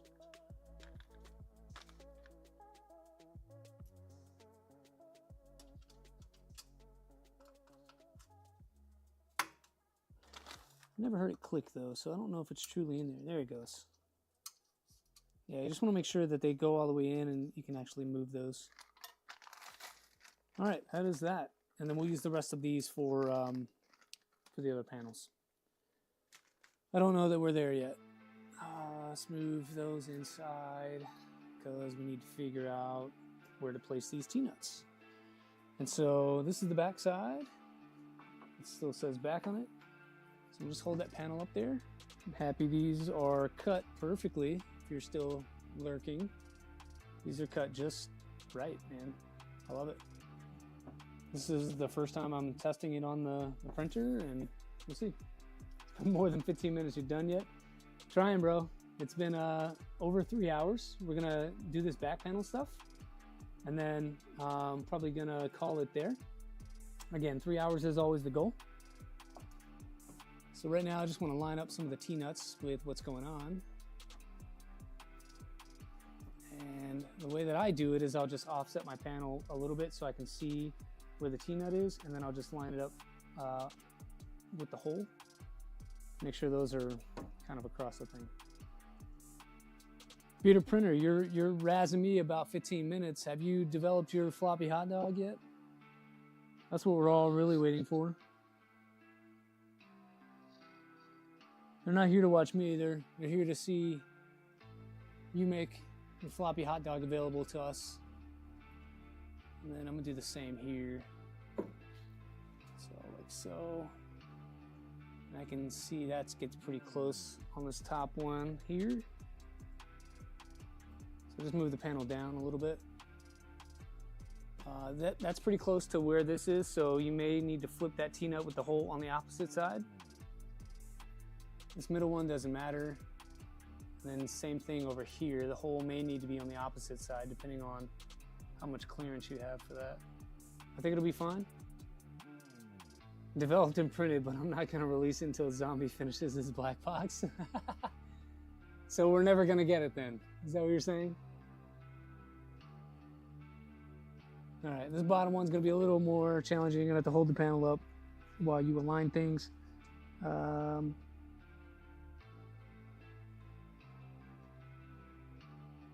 think that's right. Hope that's right.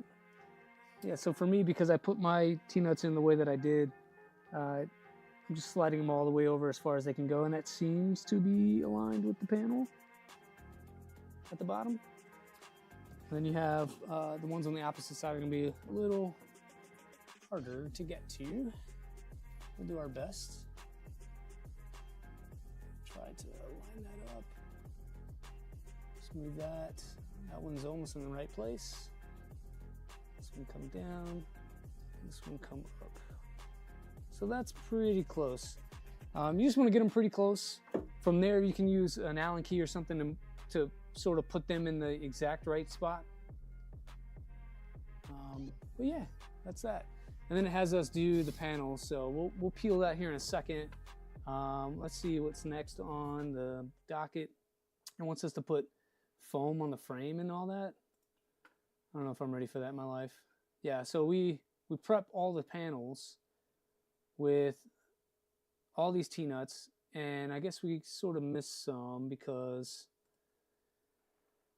why is that so big? Yeah, so you need washers under here. So I got to do that. And then it looks like they have some that go across the back panel. I'm sorry, across the back to lock into the rear crossbeam. And it's only 2 of them. So we need to add 2 more in there.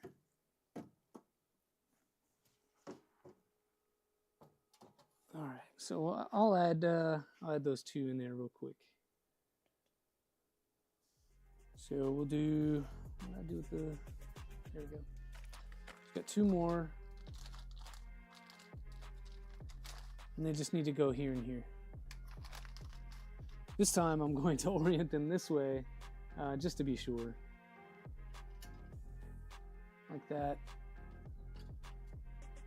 That way we have that additional clearance side to side, because these things do sort of interfere down low. I should probably swap the ones that are already down low, but they're a pain to get in there. They're going to be a pain to get out. These are very tight, but they are cheap versions. They're not top notch. I got these on the Amazon. And I think that's kind of where they go. It's hard to tell on this panel. But if I say right there and I do just move it over little by little, hopefully we'll get pretty close and I can put a tool in there. Yep. Put a tool in there and kind of move it to where I want it to be.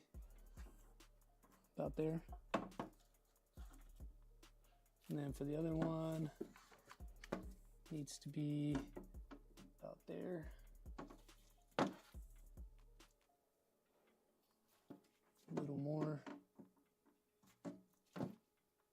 Yeah, so about right there. Put a tool in and just move that to where it needs to be. And that looks about right, guys. Yeah, something like that.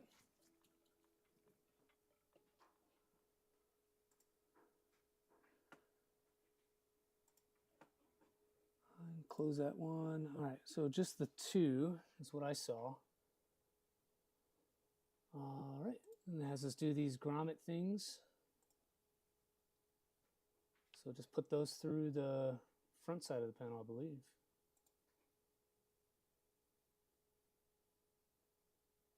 Or no, it's the back side because of the T-nuts. No, it is front. Yeah, those are going to be internal to the machine. Yeah, so it should look like this. So this would be the back panel, like the rear facing the wall of the printer. And on the opposite side of this is internal to the printer. And that's the side we need to put those grommets through. Real question is, did I print the grommets? Because I don't know that I did. And I don't see them anywhere. So I feel like, yeah, did not print those. Or maybe they're in the batch with the other things. The SSR helper disk, whatever stuff. Oh yeah, by the way, I found those, remember we were looking for those standoffs? Turns out they're printed standoffs. I know the kit said aluminum, steel, or whatever it was. These take heat inserts, and I think I was supposed to use those because I found these just now in the parts box. There's another one, and another one.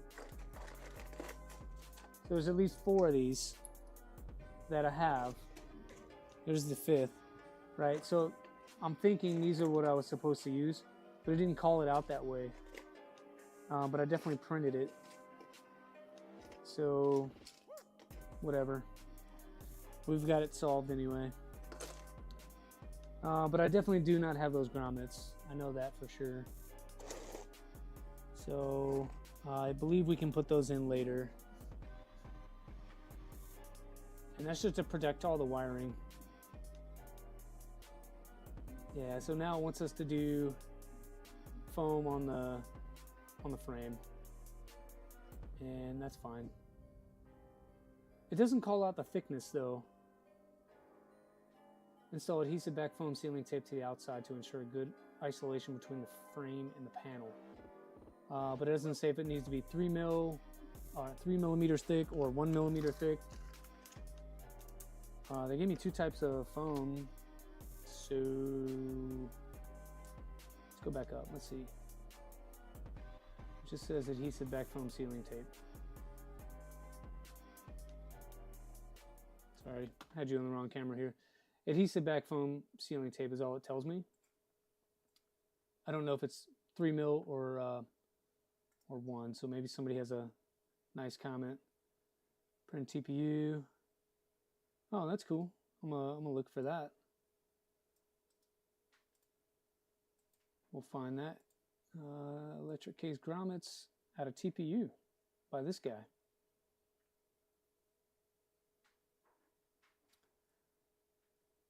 In the metal plate on the backside. Cool. I think I have some black TPU. Yeah, we'll make some of that. That's the right number, right? 1235995. 1235995. Yep. All right. Where can I get a back panel? Yeah, whatever. Speaking of 6, kit was short. Yep. 18 washers, 16 for the outer parts, 2 for the plate. Cool. 17 cap head screws, washers, and T-nuts are used to attach the rear panel, not 16. Okay. Not helpful. But I do have tape.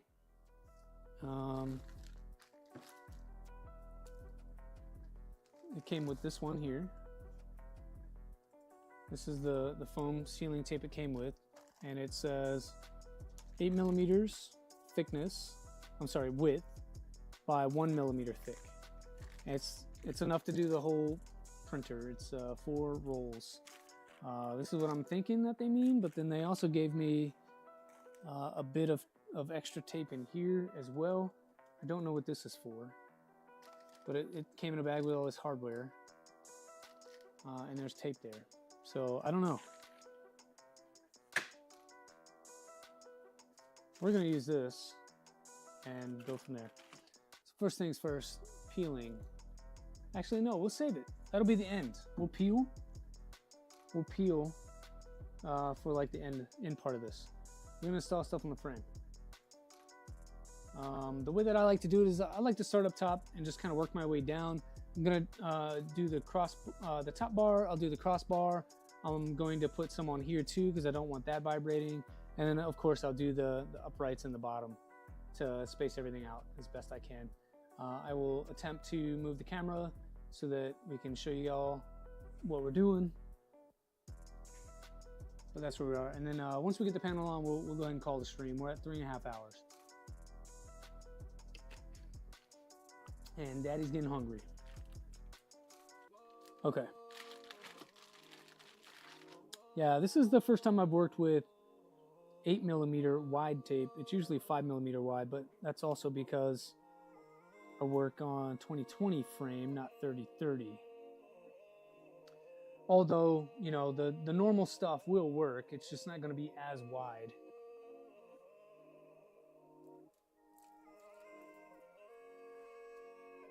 All right, so we got that. And then pull this off. It's like so connected to itself. Look at that. It's like wrapped twice. It sticks to the hand like crazy. Okay. So like I said, I like to work my way across the top and down.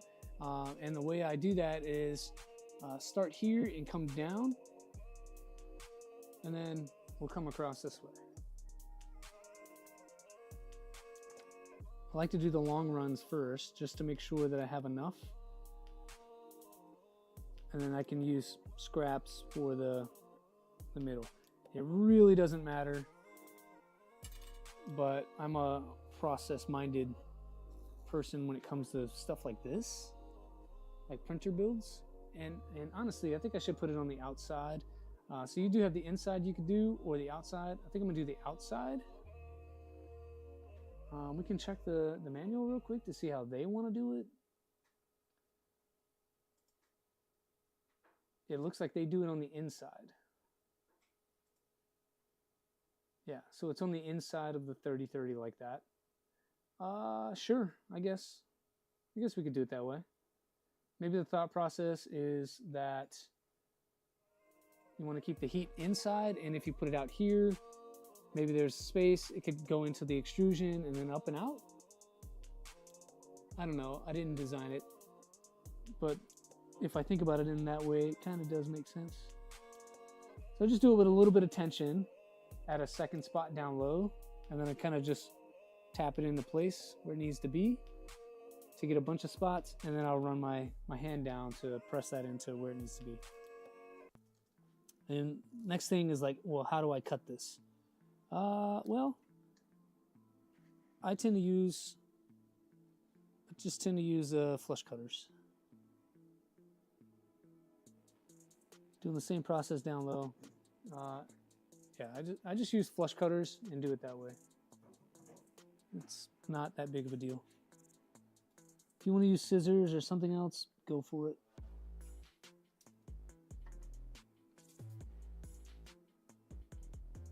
Okay, we got the other side, starting from the top. This side's a little more difficult because I have to reach across. So what I'm gonna do instead is sort of angle this so I can reach. Just want a nice install on the foam. So already anchored the top, going down to the bottom here, we'll anchor at the bottom. And then using that same technique as before, pull it taut, press where you want it to be, and then just kind of tap in a few places as you go up. And then run the hand down to keep it stuck where you want it to stick. Okay, from there we can do the top piece. Same as before. As I'm going, I pull this, I just rip this off because it just gets tangled. And then try to untwist a little bit as you go, because it's going to be on a spool and it's going to be wanting to return to that coil shape. So as I get through, tape there, try to minimize that gap, pull some off, and pull this taut.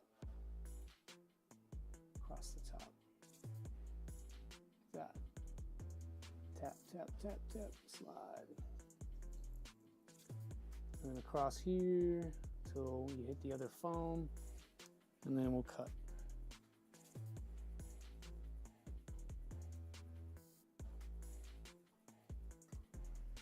Just make sure your corner pushes down there. Sweet. Pretty simple.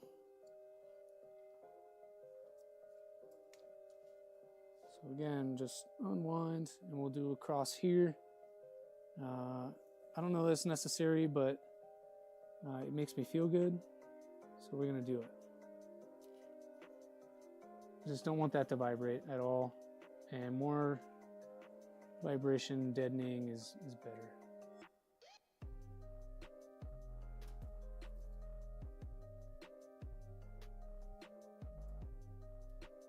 Put it down and tap.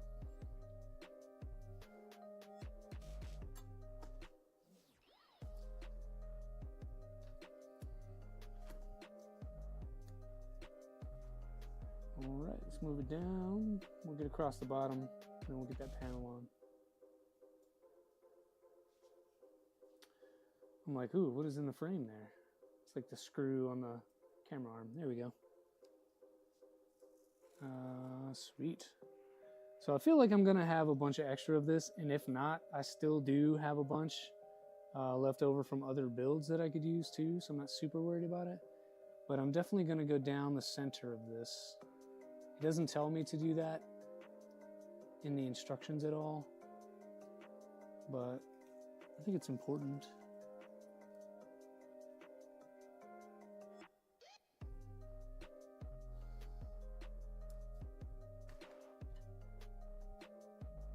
Let's cut that off there, and then we'll go across the bottom.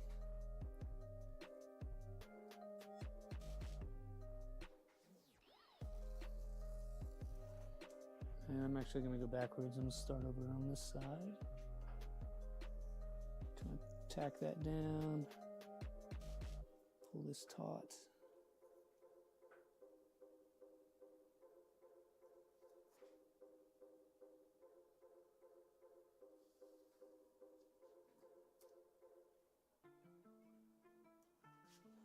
Trying to get my hand under here. It's getting tight.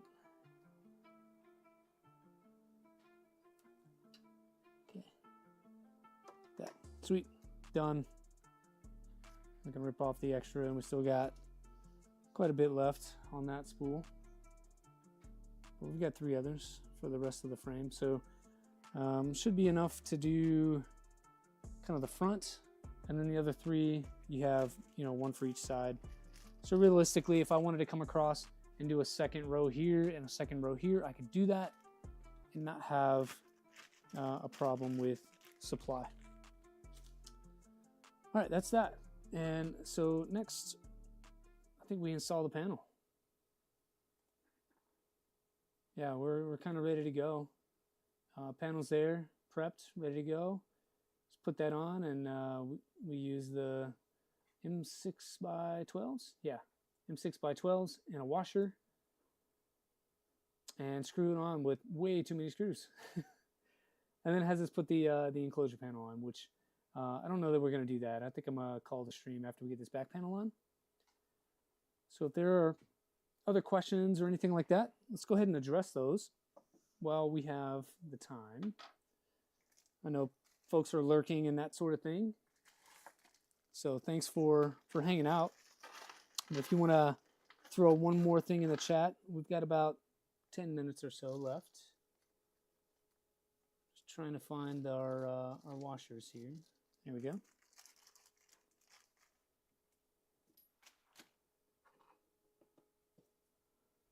Good stream. Well, hey, I appreciate it, Petty. Your question about wiring, or your comment about wiring, I should say, is it's pretty nice. If we're gonna do a lot more, and I plan to stream it, so if you have more questions about wiring or kind of how I do it, I'm not saying it's the way, I'm just saying it's a way. Help the workday go by. Yeah, if I were not so hungry right now, I would not mind going 6 hours on the stream. But I do have to eat food or I'm going to die. 1, 2, 3, 4, 5, 6, 7, 8. So I gotta do 8 more. I think what I'm gonna do is I'm gonna just secure like the top, and then that'll let me know sort of where to place the T-nuts and whatever. So before I prep a whole bunch of these, I think that's what I'm gonna do. Because it's just a back panel. But here's the part everybody's been waiting for, right? The peel. This is the back still.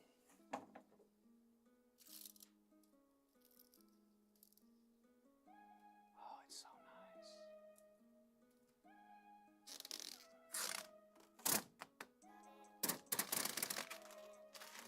nice. It's so nice.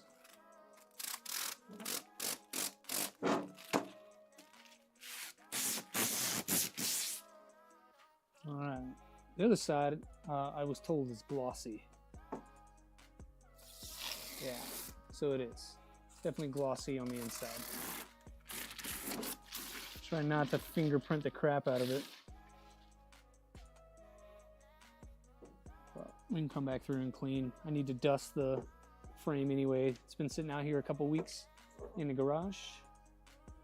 I think DD is streaming now, or yeah, Digital Dragon Petty is what he means. Like Matt. I like Matt as well. Happy was he was asking me, and we got our wires crossed, and he cut the inside to be gloss. I could cover it if I wanted to with I do have some vinyl I can cover it with. I'm not really that worried about it. I do like this matte though over the shiny side, but the shiny side will be internal. It'll be fine.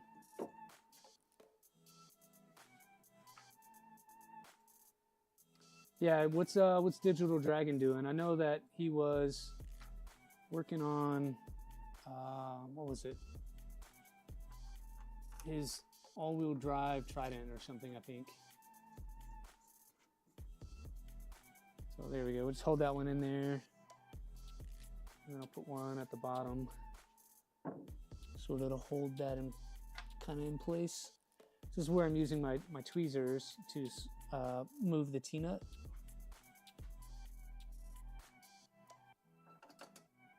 Yeah, 350 Trident.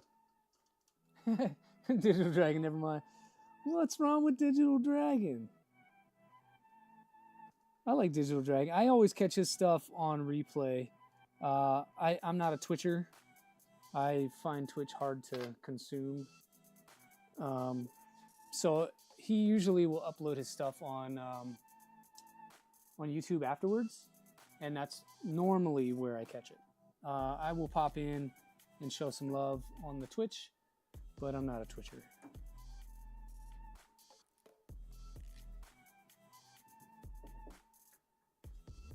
Yeah, T-nut alignment is pretty decent.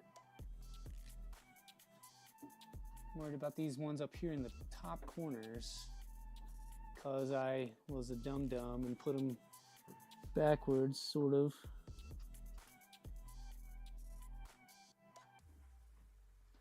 But it's too late now. Can't, it'd be a very tough job to move them and flip them around, take them out of there.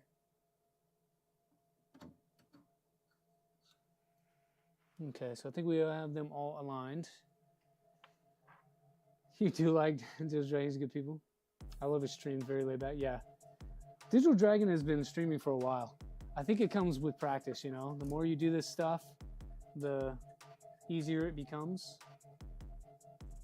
Never easy in the sense of work doesn't have to happen. Like, you definitely do need to work at it. Yeah, that top T-nut is not going to work out. I'm going to have to take that off and redo that. That sucks. So what's the problem is like the hole doesn't align with the T-nut. The T-nut needs to go this way more. But because that fitting is there on how they connect the frame, I should have flipped that T-nut over. Maybe it won't be so bad. We'll try it real quick. So undo this guy, keep the top one in for now. That's kind of what I was worried about. And I didn't notice it until we were already done with those corners. So lesson learned, if you're building one of these in the future, don't freaking put your roll-in T-nuts backwards. Okay, so that is free. Put this down here. Try not to lose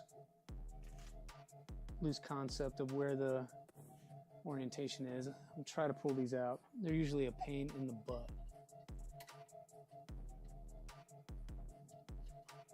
I mean, worst case, we just leave these in the frame and they forever belong here. I think that's what I'm gonna do because it's only 2.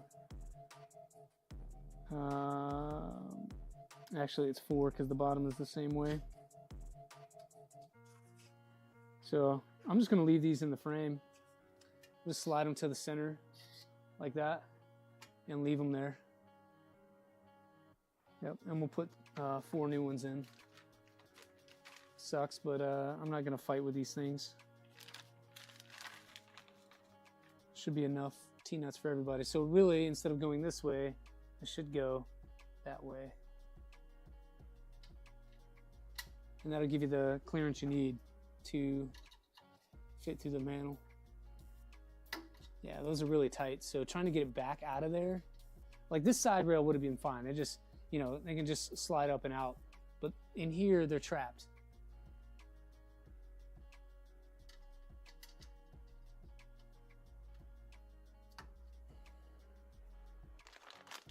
And I'll do 2 more at the bottom here.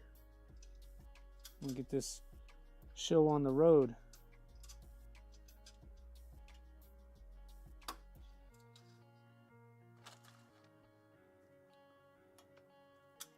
So don't tell anybody, we have 4 extra T-nuts in the frame. Counting on you guys to keep it a secret. I actually know what I'm doing most of the time. Okay, back panel on. Make sure we did not screw this up. It is a different color. So the matte side is the rear and the holes do line up. So this hole here. So you get, this hole here is on that side of the panel, like we talked about with the electronics box. So just hold that in place like we did before.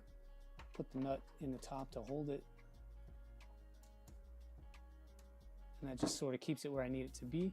And then from there, I can just get in and move my T-nuts over to where I can access them. So I don't think that one is over far enough. So I'm just trying to maneuver everything so that things line up. There, and bottom is good, and good. Okay. Now we can just cinch them down for the final time. You did need to get, sorry, Happy does amazing work. He does. All of the panels for this are from Happy. The panels for my Vivo build came from Happy. My other printers for ants is from Happy. These are from Happy. So yeah, I've got like 4 different printers built with this stuff.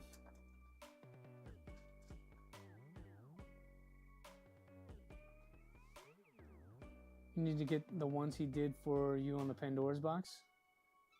Yeah. Happy's good stuff. He does good work. And he'll do custom stuff too. So if you want, so we had talked about maybe doing like a lime, like a neon type panel on the sides and the top, and then just having the front be clear. And we were talking about doing some laser engraving on them. We're gonna sort of tile out the RatRig logo on them or something like that. And then when you put the light on there, it would sort of fluoresce and stand out. We talked about doing that. I just ultimately decided against it. I needed panels a little quicker than we could do,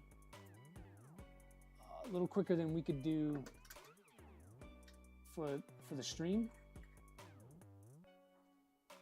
and it just didn't work out. The lead time to order this stuff was pretty long, so we chose not to go that route.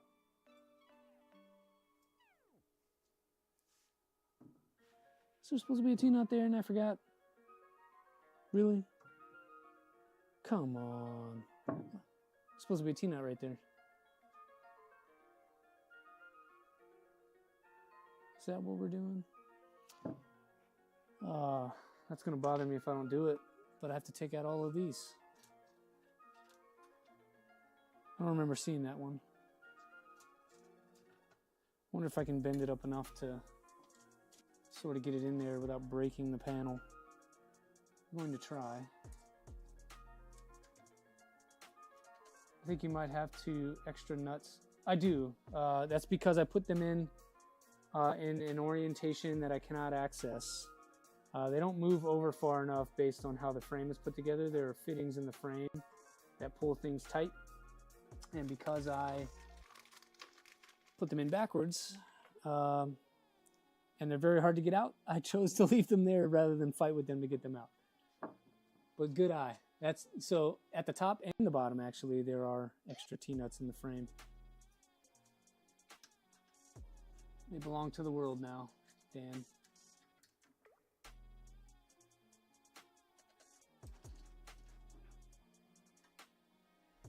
Hey, don't tell anybody, Dan, but I also have an extra fuse in the socket. So I'm just going to reach behind and put this T-nut in there. Kind of where it's supposed to go.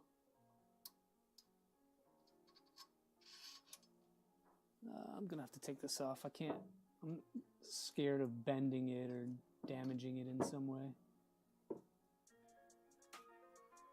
Well, that's why we do everything finger tight first. But yeah, Dan, you can see what I'm talking about now if you look at the frame.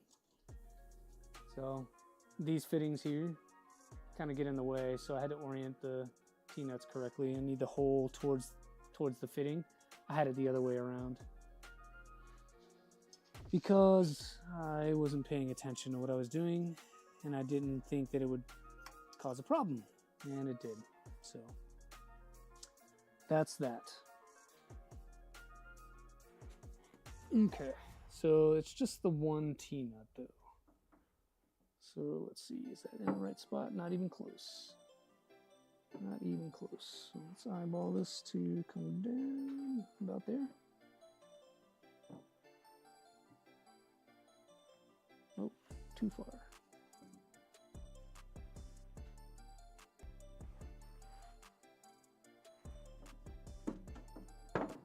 Okay, that's good enough for now. All right, hopefully this is the last time we install this thing.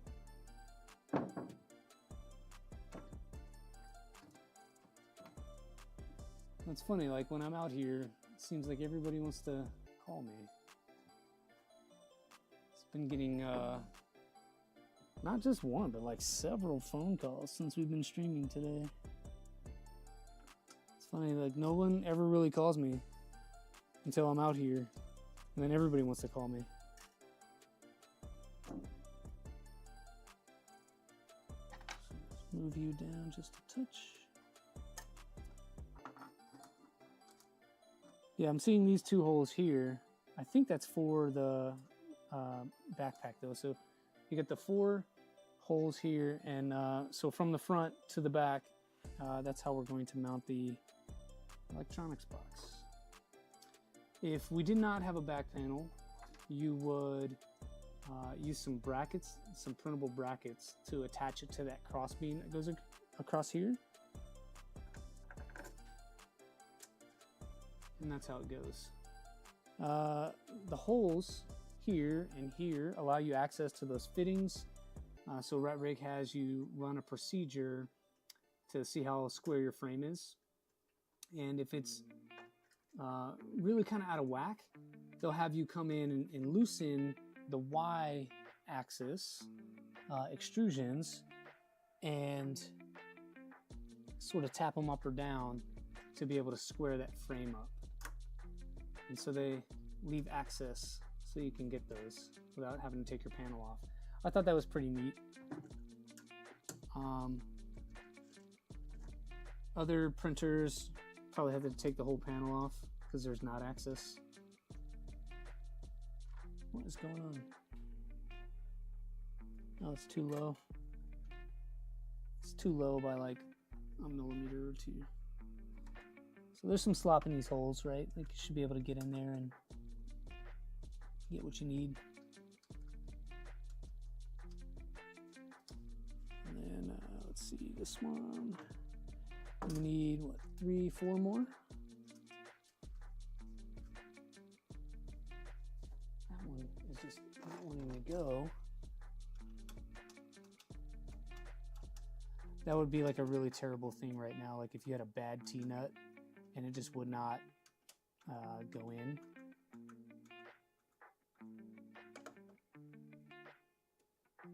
Okay, so we need a few more. This guy here.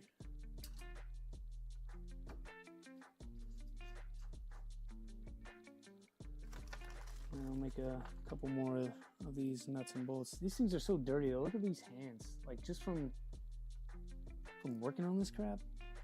Like I'm still a little bitter about the steel hardware. Like I really wish it was stainless, or at least the black nickel plated stuff that LDO does. That stuff is nice. This like oil covered steel hardware is beneath the quality of this machine. What are you doing?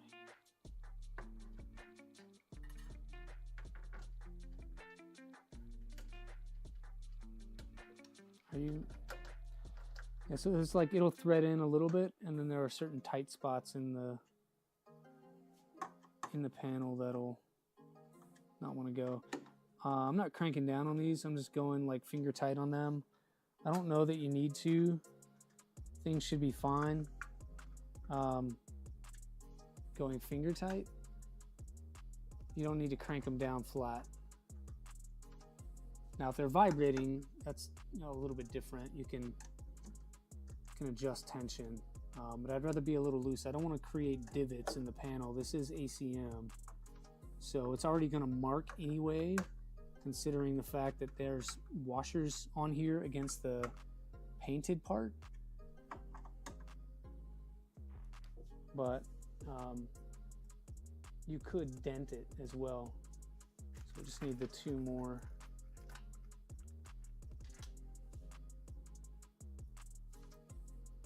Or 4 more, it looks like.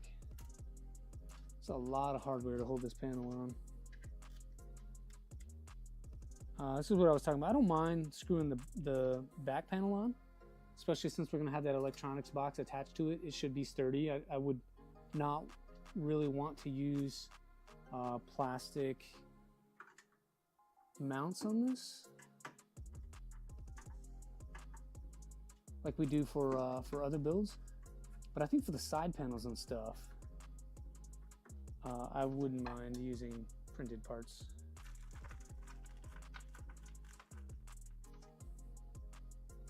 And I think I might. I think I still might. My panels do have holes in it already, though, the way that Happy cut them for me. I just sent them the DXF from RatRig, and they have all the holes populated in the right spots. So the panel would have holes in it for T-nuts and stuff like we're doing right now. That doesn't mean we have to use them.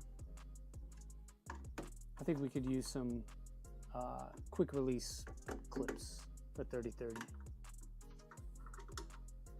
I know Boothie has a set. We talked about it. So I still might do that. Just need to print a bunch of stuff. Just make sure all these are snug. Okay. There's the back panel.